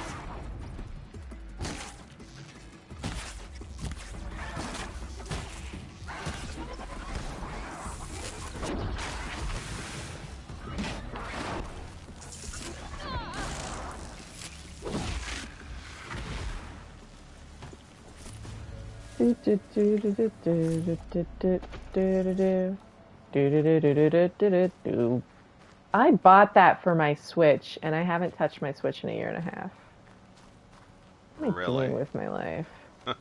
Well, because the 3D Mario collection came out, and so I got it for Mario Sunshine and Odyssey. And then, because I never finished Odyssey, so I was like, well, I gotta play it. That came in that collection, right? Uh-huh. It was 3 and of them, all the and didn't it come with the Galaxies also, or no? Maybe not the Galaxies. Maybe it was the not Super the Mario Galaxies, 3D All Stars. Yeah. Maybe I bought Odyssey separate, and it's the Galaxies that it came with. That actually sounds more right, because the Galaxies are older. And then I probably got Odyssey on sale. I know I have them all, is the point. But, like, I got... You know what it was? I got really annoyed with the wing cap thing. I was like, how could I do this as a kid? Now I can't do it as an adult. Because the camera is freaking annoying. Yeah. You know when you have to get all the red coins? Uh-huh. And I was like, I did this as a kid. I have less patience as an adult than I did as a child. Yeah, I think we were so not caring of, like, the way video games worked as kids, and just that they were, like, these visual things that held our, like, interest. You know, like, we just wanted to play it with Mario. We didn't care what it did. And now we're older and we, like, know how the world works. We're like, yeah, this is tough. So we lose a lot of patience. Like, I was playing Devil May Cry for the first time since I think that game came out when I was 11. And I was just like, how did I play this? The camera doesn't move, and it's stationary, like, to his side, the front, like his right front side. And it's just like, how does anyone play a game like this? Like, there's nothing I can see unless it's in front of me and I'm behind it. Like, I don't even know what I was thinking, but I was like, I see why I liked it as a kid. He's got a big old sword and it's on fire and it shoots lightning. He flips around. Yeah, it is very revelatory of, like, what it was about the games that you liked as a kid. It was that you really liked. Going back and it being like, oh, it was just the prettiest thing at the time. Right. But now there's some things where it's like, but Ocarina of Time, like, it inspired my imagination. So going back to it is actually like, oh, this actually expands my mind. Right. Like, more than having some of the ways this is like so perfectly rendered because it was like my imagination was filling in the blanks, so I was constantly imagining while playing it.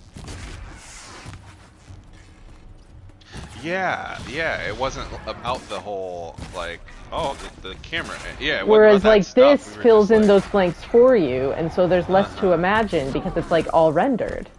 yeah. And so it's like I'm not practicing. It's the same way where turning the reticle off is like practicing art because I'm forcing my eyes to see the dead center of a rectangle, which is thus practicing triangles and intersections and blah blah blah blah blah. Yep. Like rules of third. Which is why I try to like I do the long walks because I'm trying to force my eye to compose shots as I go. Which is, I'm trying to, it's like, okay, let's think about the light this time. Let's think about the positioning of stuff this time. What's going on with...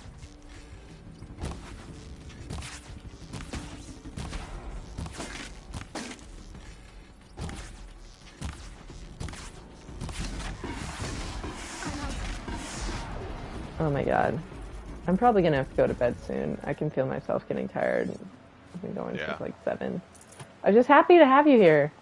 Yeah. It's been a while. I'm glad I freaking woke up. What are you up to tomorrow? Tomorrow I'm pretty sure I'm gonna finally feel like rested and good. So I'll have a good day.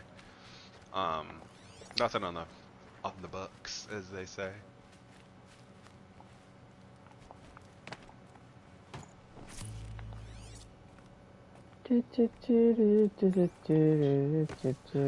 Aside from possibly calling people, are you busy at all? Tomorrow? Yeah. Well, I'm not calling anyone on a Sunday. It's government stuff that I have to call for. I have to like do my taxes and crap. Oh, yeah. But I've been waiting for the freaking paperwork. They have until the end of January to get some of the stuff ready. Gotcha.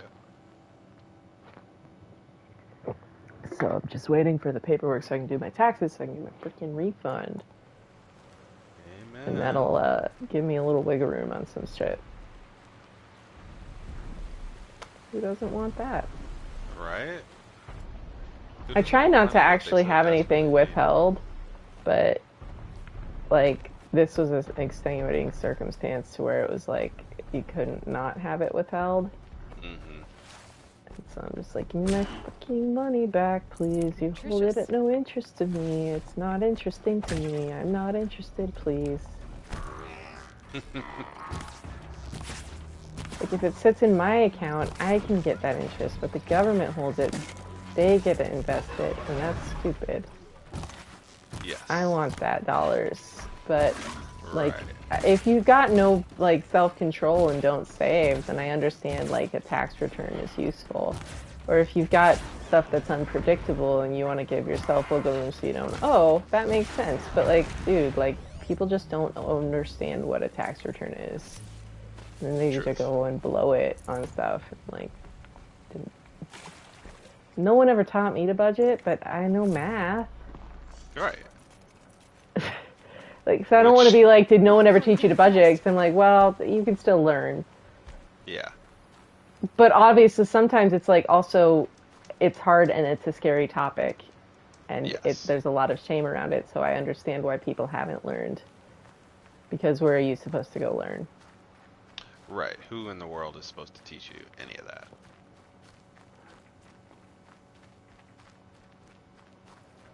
It was a very interesting part of being a mortgage banker. I'm not anymore. I don't have my license anymore, so don't like hear this as a licensed person talking. But at one point I was. Yeah. In 10 states or something like that. Yeah, so you like legitimately know all that stuff. And yeah, the test has like only like a 40% pass rate, and I did like flying colors. Everything at the company that I worked at, it's sales, so everything is publicly ranked. Right. And like there's certain mistakes, like if you don't return an email to a client within 24 hours, the fucking owner of the Cleveland Cavaliers gets an email. So it's like, no pressure. Right. It was a very interesting work environment. which is, I probably shouldn't talk more about that. That's not a bad thing though. It's just like, that's like... Yeah, it's just the reality of it, yeah. It's a, hey, this is very important that every person gets treated as high priority. Right. This is our reputation and our service to people. Like, it's their mortgage that's important. Mm-hmm. Which I had no problem with that. It's just like a lot to think about. Yeah, I mean, it's... Of like, oh my god, this is a sacred task. This is a public trust. This is very important to, like, not put any more anxiety on the people on the other end than is necessary, because this is already stressful enough, and if you're stressing people out more, it's just going to make everyone's day worse. Because you're doing $1 million deals sometimes, so people have a high expectation of $1 million service. Mm-hmm. Like, which they rightly should. I mean, yeah, you know, it's only your house. That. Yeah. It's only your money. Yeah. And whether or not you get to keep it. Yeah, or it's, you know, for you when you need it, you know. Like, It's okay. it's wild how little people, some people in those types of industries think about the service they're doing. Like, yeah, but anyways, so just, you know. I remembered why I got on the topic. Oh. I've been sitting here like, why was I talking about this? I spent all day talking to people about their views on money. Oh, and, okay. And I was doing the one where it was like shorter conversations, so I talked to more people every day than like someone who's buying a house. There's a lot longer conversation that has to be had in trying to write up a loan for someone who's buying a house, because all of the restrictions and stuff around it and the whole process is different, because they might not. There's a lot more, like the variables at play are different, I'll put it that way. Right. And so for the type I did, it was a lot of current client stuff, so there's a lot of information. Like, I'm not building rapport with them for the first time. Like, they already trust the company, so I'm not having to do that initial, like, here's why you should go. So I wasn't selling the company, I was literally just selling. But on the other hand, so that was like the easier part, but then the more difficult part is like, so I'm not trying to sell against other lenders as often. I still was. But the bigger thing was, was sometimes just like,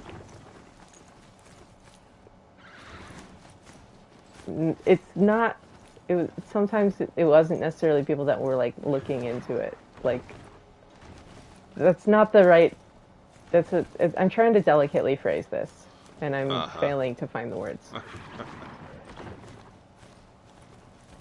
But yeah, you're calling people up and trying, like, just getting someone to answer the phone in the first place is a miracle. And then from there, like, hi, nice to talk to you. 10 minutes from now, you're going to be agreeing to let me tell you what to do with $450,000. Yeah. And I'm establishing that rapport that quickly. Yeah, that fast. Thank you for your social. That's great. Let's do this. Wild, like, how do like, you got to think about the ins and outs of that. How do you even do that? And I just think about that, like, trust and that expectation, and then I think about working for a church. Okay. But also, it was just fascinating just to get people to have an honest conversation about their money, because I'm literally looking at your pay stubs. I'm looking at your credit card bills sometimes. Or like your credit card, your debts. Not necessarily your statement, but your current debts, which is pretty much the same thing to a degree. I'm not looking at the statement of what you're spending, but I'm looking at who you get cards with and what you've, what you value. And then I'm evaluating if you're trustworthy to a degree of whether or not we should let you have more money. It's just a very interesting experience doing that job. That is. And it's so vulnerable, like, people are on guard for, like, the reason of, like, they're aware they're being evaluated. Yeah. It's a very tender situation. And sometimes I'm, like, literally, like, I only like to do loans where I was leaving someone in a better position. My whole goal doing this, I don't plan on going back in mortgages. I don't like doing it. Even though it's really good money. I'm just not motivated by money, and it's a great job if you really want to make a lot of money, but that's not what I want to do with my life. It's do a job that I like can do very well, but it doesn't like make my heart beat. And I know that might sound like, oh yeah, don't we all? Well, yeah, we do. So why aren't we? Right. Like, yes, money is important, but it's like, okay, but like, what is that? Then, like, what do you want to make more money but have less time to do things you love, or make way less money, live at a like lower standard, but your standard is I spend all day doing what I love. Exactly. You know, that's like the whole like just become a freaking scuba instructor or something. Okay, move to an island. If you can make it work, then do it. It's just what else do you want to have, and what are you willing to give up? Like that was like, okay, yeah. How did I become a freaking professional musician? Yes, it was also like shitty, and I'm literally talking about how the place was a cult and didn't pay me, but I made it work still. Like it was what I did. We were freaking. It's what did I do for my job? I mixed sound and I played an instrument, and at a place where people have like come out of and been Grammy nominated. That's like real. That's not like you played. That's not you were a pretend musician. I worked in a freaking TV studio with a music studio, with like live mixing and like this shit got mastered and sold. Yeah, like that's real. I've been on people's albums. I've been compensated for gig work on session stuff. I'm on people's liners. Like that's something. That's like being in a movie that actually got filmed. Yeah. I was compensated for my input playing bass guitar on people's CDs. If my friend can be a freaking restaurant reviewer, then I was like, it's a more realistic statement to say I was actually employed as a musician. It's just very interesting. I brought that up once on like a YouTube thread, and someone's like, "Why are you lying?" It was like, why do you think I'm lying? Right, Did like professional what? musicians not exist? It was my job to play 2 hours of music to 6 to 8 hours of music a day, 6 days a week. Yeah, I mean that's often that's more. real. Like that's how much a rock star plays. I mean, yeah, they get paid way more, but still. Yeah, they also have a lot of marketing events. So it's like really what we did. Half of what we fucking did was marketing too. Let's be real. Oops, did I say that out loud? Oh my gosh. Well, that was like, the people are probably going to think the thing I was musing on earlier today. I need to be collecting Ridgewood, not riding a pony. People probably are going to take it as a criticism, but it's actually a sincere and earnest question. About like, what is the point of because I was thinking about like my painting being at a conference at a church that I wasn't even like, that I kind of got kicked out of. It's like, okay, but you want to use the art I made as an example. You say I'm like spiritually deficient and you kick me off the worship band, but then use my art as an example for like what to do for prophetic art. So you literally, the point of this art is this person heard the Lord's voice in making it, but also perceptions matter. So we are going to deplatform you, but also we're platforming you as long as you don't have to be a part of it, and we're okay with like promoting your work, but we just don't want you around. It's basically the message I get from that. I mean, I don't know. That's a reading between the lines. It's just kind of one of those like, you guys realize that's kind of what you did? That might not have been conscious, but that's kind of the message it sends, and that's mean. Like, yeah, I mean that's burn my painting if I'm really that awful. Right. Literally get rid of it. That's a whole story anyway. But what was I even talking about? But so I'm just like, but the fact that they used it at a prophetic, creative, instructive, I'm like, what are you instructing people on? Like teaching people at a creative conference. Like, how are you teaching people to create at a conference? I feel like sitting in a chair listening to someone talk isn't how to learn to create. And you know, I feel the exact same way because I'm a very That's not to be critical. It's just legitimately confusing to me. I'm like, what? Yeah. And I'll be honest, some people do learn just by sitting and listening. No, I mean, and I get, like, I've gone to, like, drum seminars and stuff, but that's more technical to me. That's, like, but for creating, like, if that seems like something you... Down you go. You go to therapy to learn that. Yeah. No, you know what I mean, though? It's like, that's... No, I do. At the end of the day, the biggest part of that is between you and you. Yeah. That's not something you're going to learn in a session. Yeah, I can only and imagine. And the only thing I can think some of, like, people learning that at a just conference can't. is how to market your creations. Right, that would make Or more how sense. to create for others. Yes. Like, if you want that seems to me like more how to build an audience. How to approach writing for other people, which is not bad. But it's just like, that's not, the act of creation is a separate thing from that for me. Like, the muscle I'm working when I'm, like, trying to expand my creative palette, that's how to refine, like, but maybe my brain kind of works like an AI where, like, there's a generative code there, and then it's like, that's prompt craft. You're not creating something with prompt craft. You're learning how to search a freaking archive of stuff that's already created. You're learning how to dive into records that are already there. You're learning the Dewey Decimal System.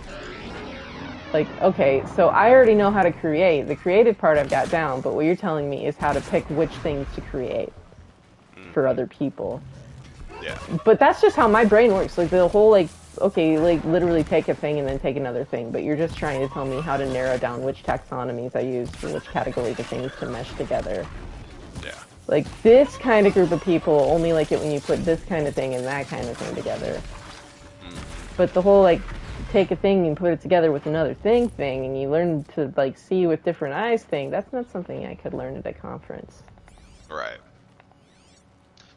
Yeah, And so that's just where I'm like, the whole nomenclature of the whole thing, I'm just like, but what is it for? And that's a sincere question. It's not a fucking troll. It's like, literally, like, I don't understand why we're risking COVID.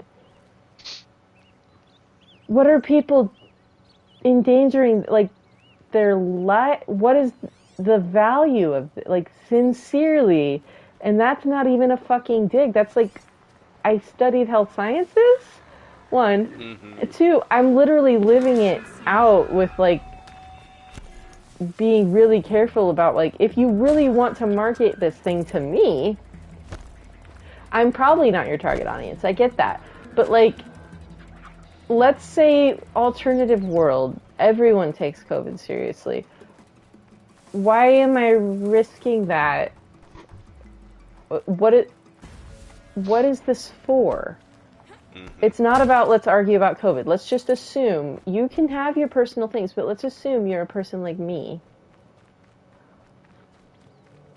Which, I get that assumption, but there are not a lot of people like you and I. But I get it. For sake of argument. if you let's assume the disabled people matter. Yeah. And I know that's a big ask. That's But listen to the disabled community, because there's a lot of people who are really fucking sick of being stuck in their homes, and we get that you are too, and that's why you guys wanted to open up and stop masking. But, like, holy fucking shit, you doing that sometimes makes it so some people can do that never, because you just don't want to wear something on your face. Like, god damn, like, don't get anyway. Yeah, and that's where, like, let us worship. Well, let us leave our house safely ever to go to a doctor's office, but no, you've stopped masking there. Right. Yeah, like, the whole, it's really safety. Like, we're not asking for, you know, just listen to us, consume, our every whim must be met because we're sick. I know it's so like, many no, people who have put off necessary health stuff. Like, they have to, like, okay, what's a bigger risk? Not getting this one thing taken care of, or if I get COVID on top of the issues I'm already dealing with, if I survive COVID, even though I'm high risk, like, yeah, but, like, the long-term side effects. Like, I already have 2 dysautonomias. I can't make them worse. I can't risk making them worse. They've already taken so much from me, and I can't lose more. Right. And there's a lot of people who are losing something for the first time, and then it's like with those who are already at a loss, like risk losing more or are more likely to die. Yeah. Because it's like my body's already dealing with more. And so when I deal with this, everything's gonna hit heavier. And it's really frustrating. Yeah. Or just like, I want to see my friends, but they won't exercise precautions, so I can't visit them because I don't feel safe being around them, and I miss my friends, and that's sad. Right. It's like, that shouldn't be the case. Like, what if you took just a 1 month period where you live to this other standard, and maybe you'll stop getting the colds that you tell me you have every time I talk to you. Yep. All of you. How about that? All of you. All of you. You've got the flu for the 17th time. You've got a cold. It's not a cold every time, guys. Like, it's not... You're not calling it allergies, so it's not those either. You know, masks stop that too. What if you just, like, got annoyed with that enough to, like, be like, you know, a mask is a lot easier to breathe in than a sinus infection for the 18th time. It really is. Like, I've been advocating for them since 2017 is when I started to do it more intentionally, but I've been kind of like, bro, like, there's pollen in the air, in pollution. Like, look at your freaking air filter in your car, and then think about your lungs. And I say that as someone like, you know, you do that so you can smoke the pot, okay? But like, holy shit. You don't just drink lake water. Why are we doing that with our air? Right. Literally. We're literally doing that. Like, you don't want to drink out of a fucking river by an industry, but you'll, like, live up the road from one, and they're pumping all that stuff into the air.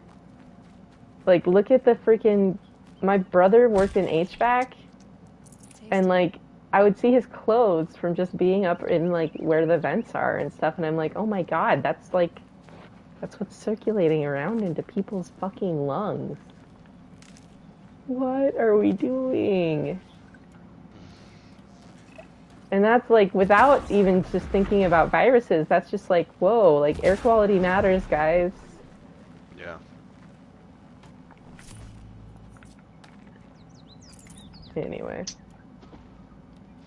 Yeah, I can't make a case for it. I can only see it with a set of logical eyes that they are probably looking through, because I've heard every argument under the sun for why they feel it's safe.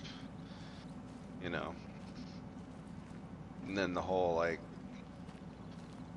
yeah, we haven't been vaccinated, but we've been tested and we're clean. It's like, also, that doesn't matter, because, like, the vaccine, I'm not as well, you can still carry it when you're vaccinated. The vaccine, exactly. People, the left-wing people annoyed me after the vaccine came out. They started to think they were fucking immune, and it's like, no. But the thing is, the public messaging talked about it like it was, and then you actually look at the figures, and it's like, oh, whoever's in charge of public messaging sucks. Yeah, they dropped the ball. The ball of balls was dropped on that. Like, on all sides, and they, like, there's so many people who, like, they start, people, like, there were job openings and stuff, and people, like, about-faced on what they were giving public-faced when they start going for this fucking job opening, and then it's like, they don't get it, and they about-face again, and it's like, you guys, you realize everyone can watch you do this? Yeah. Like, we're all watching this Public happen. eye is on you.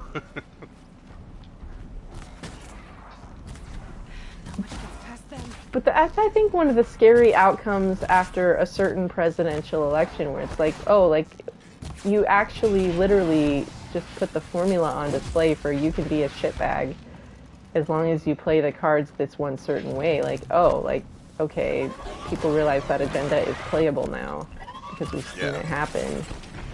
Well, like, agenda is not the right word for it, but, like, that playbook is in play and has been but I mean, validated. I think agenda is a good word for it because that's what they want. I know, I just hate when people use agenda against other groups of people, so I try to avoid that kind of approach in general. Yeah, absolutely. Because, like, I started having a count of how many times Mike used the words, the gay agenda, in staff meetings and stuff, and it's like, what is it? The planners that all of the ADHD gay people get that then we never fill out because there's a really high incidence of neurodivergency and homosexuality. Well, not just LGBT and neurodivergent tend to go together, I'll put it that way. There's a higher incidence among the neurodivergent population than there is in the general population. I'm saying the wrong words, but you know what I'm saying at heart. Don't hear what you're not saying, because that's not what you're saying.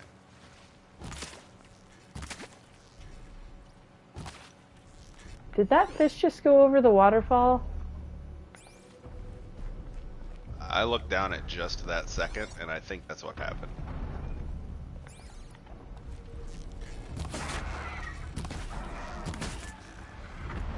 I'm gonna have to go to bed soon. If for no other reason than it's starting to hurt to have my headphones in. I have 64 ears, molds. Yeah. But I didn't get the soft tip. I'm not a singer. Yeah, makes sense. Well, it's like, why am I getting freaking something that's gonna soften every time I put in my ears? That just seems like it's gonna break down quicker. Yeah. So, it's like, no, thank you.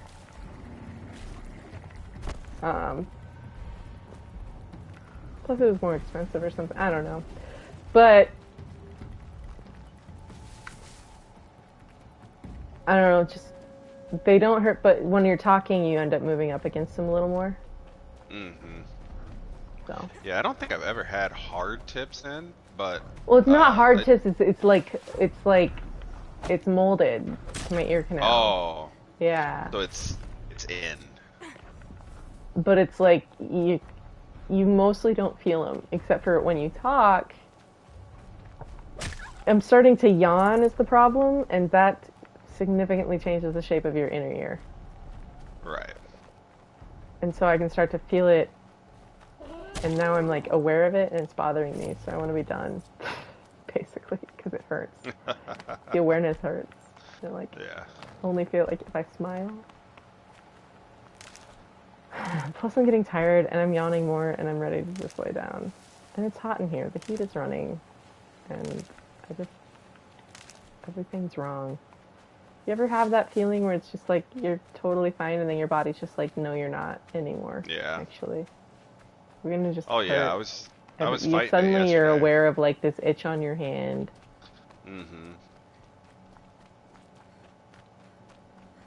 But that happens to me a lot. Where's the campfire? Need a campfire. I accomplished some stuff tonight. Yeah? Did a tutorial quest and... Well, they're still surprised. Got all the coffee mugs. So tomorrow, maybe we'll work on the Banuk figures.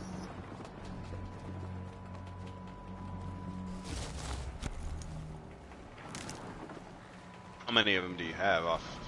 I only have one of them. Okay. I remember finding those in the weirdest places and being like, oh, that's interesting. The dude had an interesting journey. Yeah.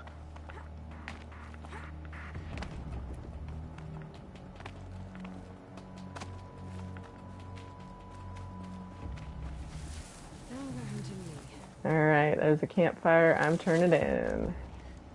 Here we go. Thanks for hanging out. Yeah, thanks for having me, for real. Like, glad we caught you. I'm glad I caught you at the right time. Yeah. Alright, I'm turning the stream off. Have a good night, everyone. Mm-hmm. Rest up. Yes. Sorry I was kind of out of it. I totally missed that VJ stopped in. Hey, VJ. I saw you earlier, too, but I was off mic earlier. Alright, stream's ending. Everyone have a lovely night. I'll be back on at 7:15 p.m. Mountain Standard Time. I started up early, obviously, and then I start actually playing 7:15, so I'll see you then.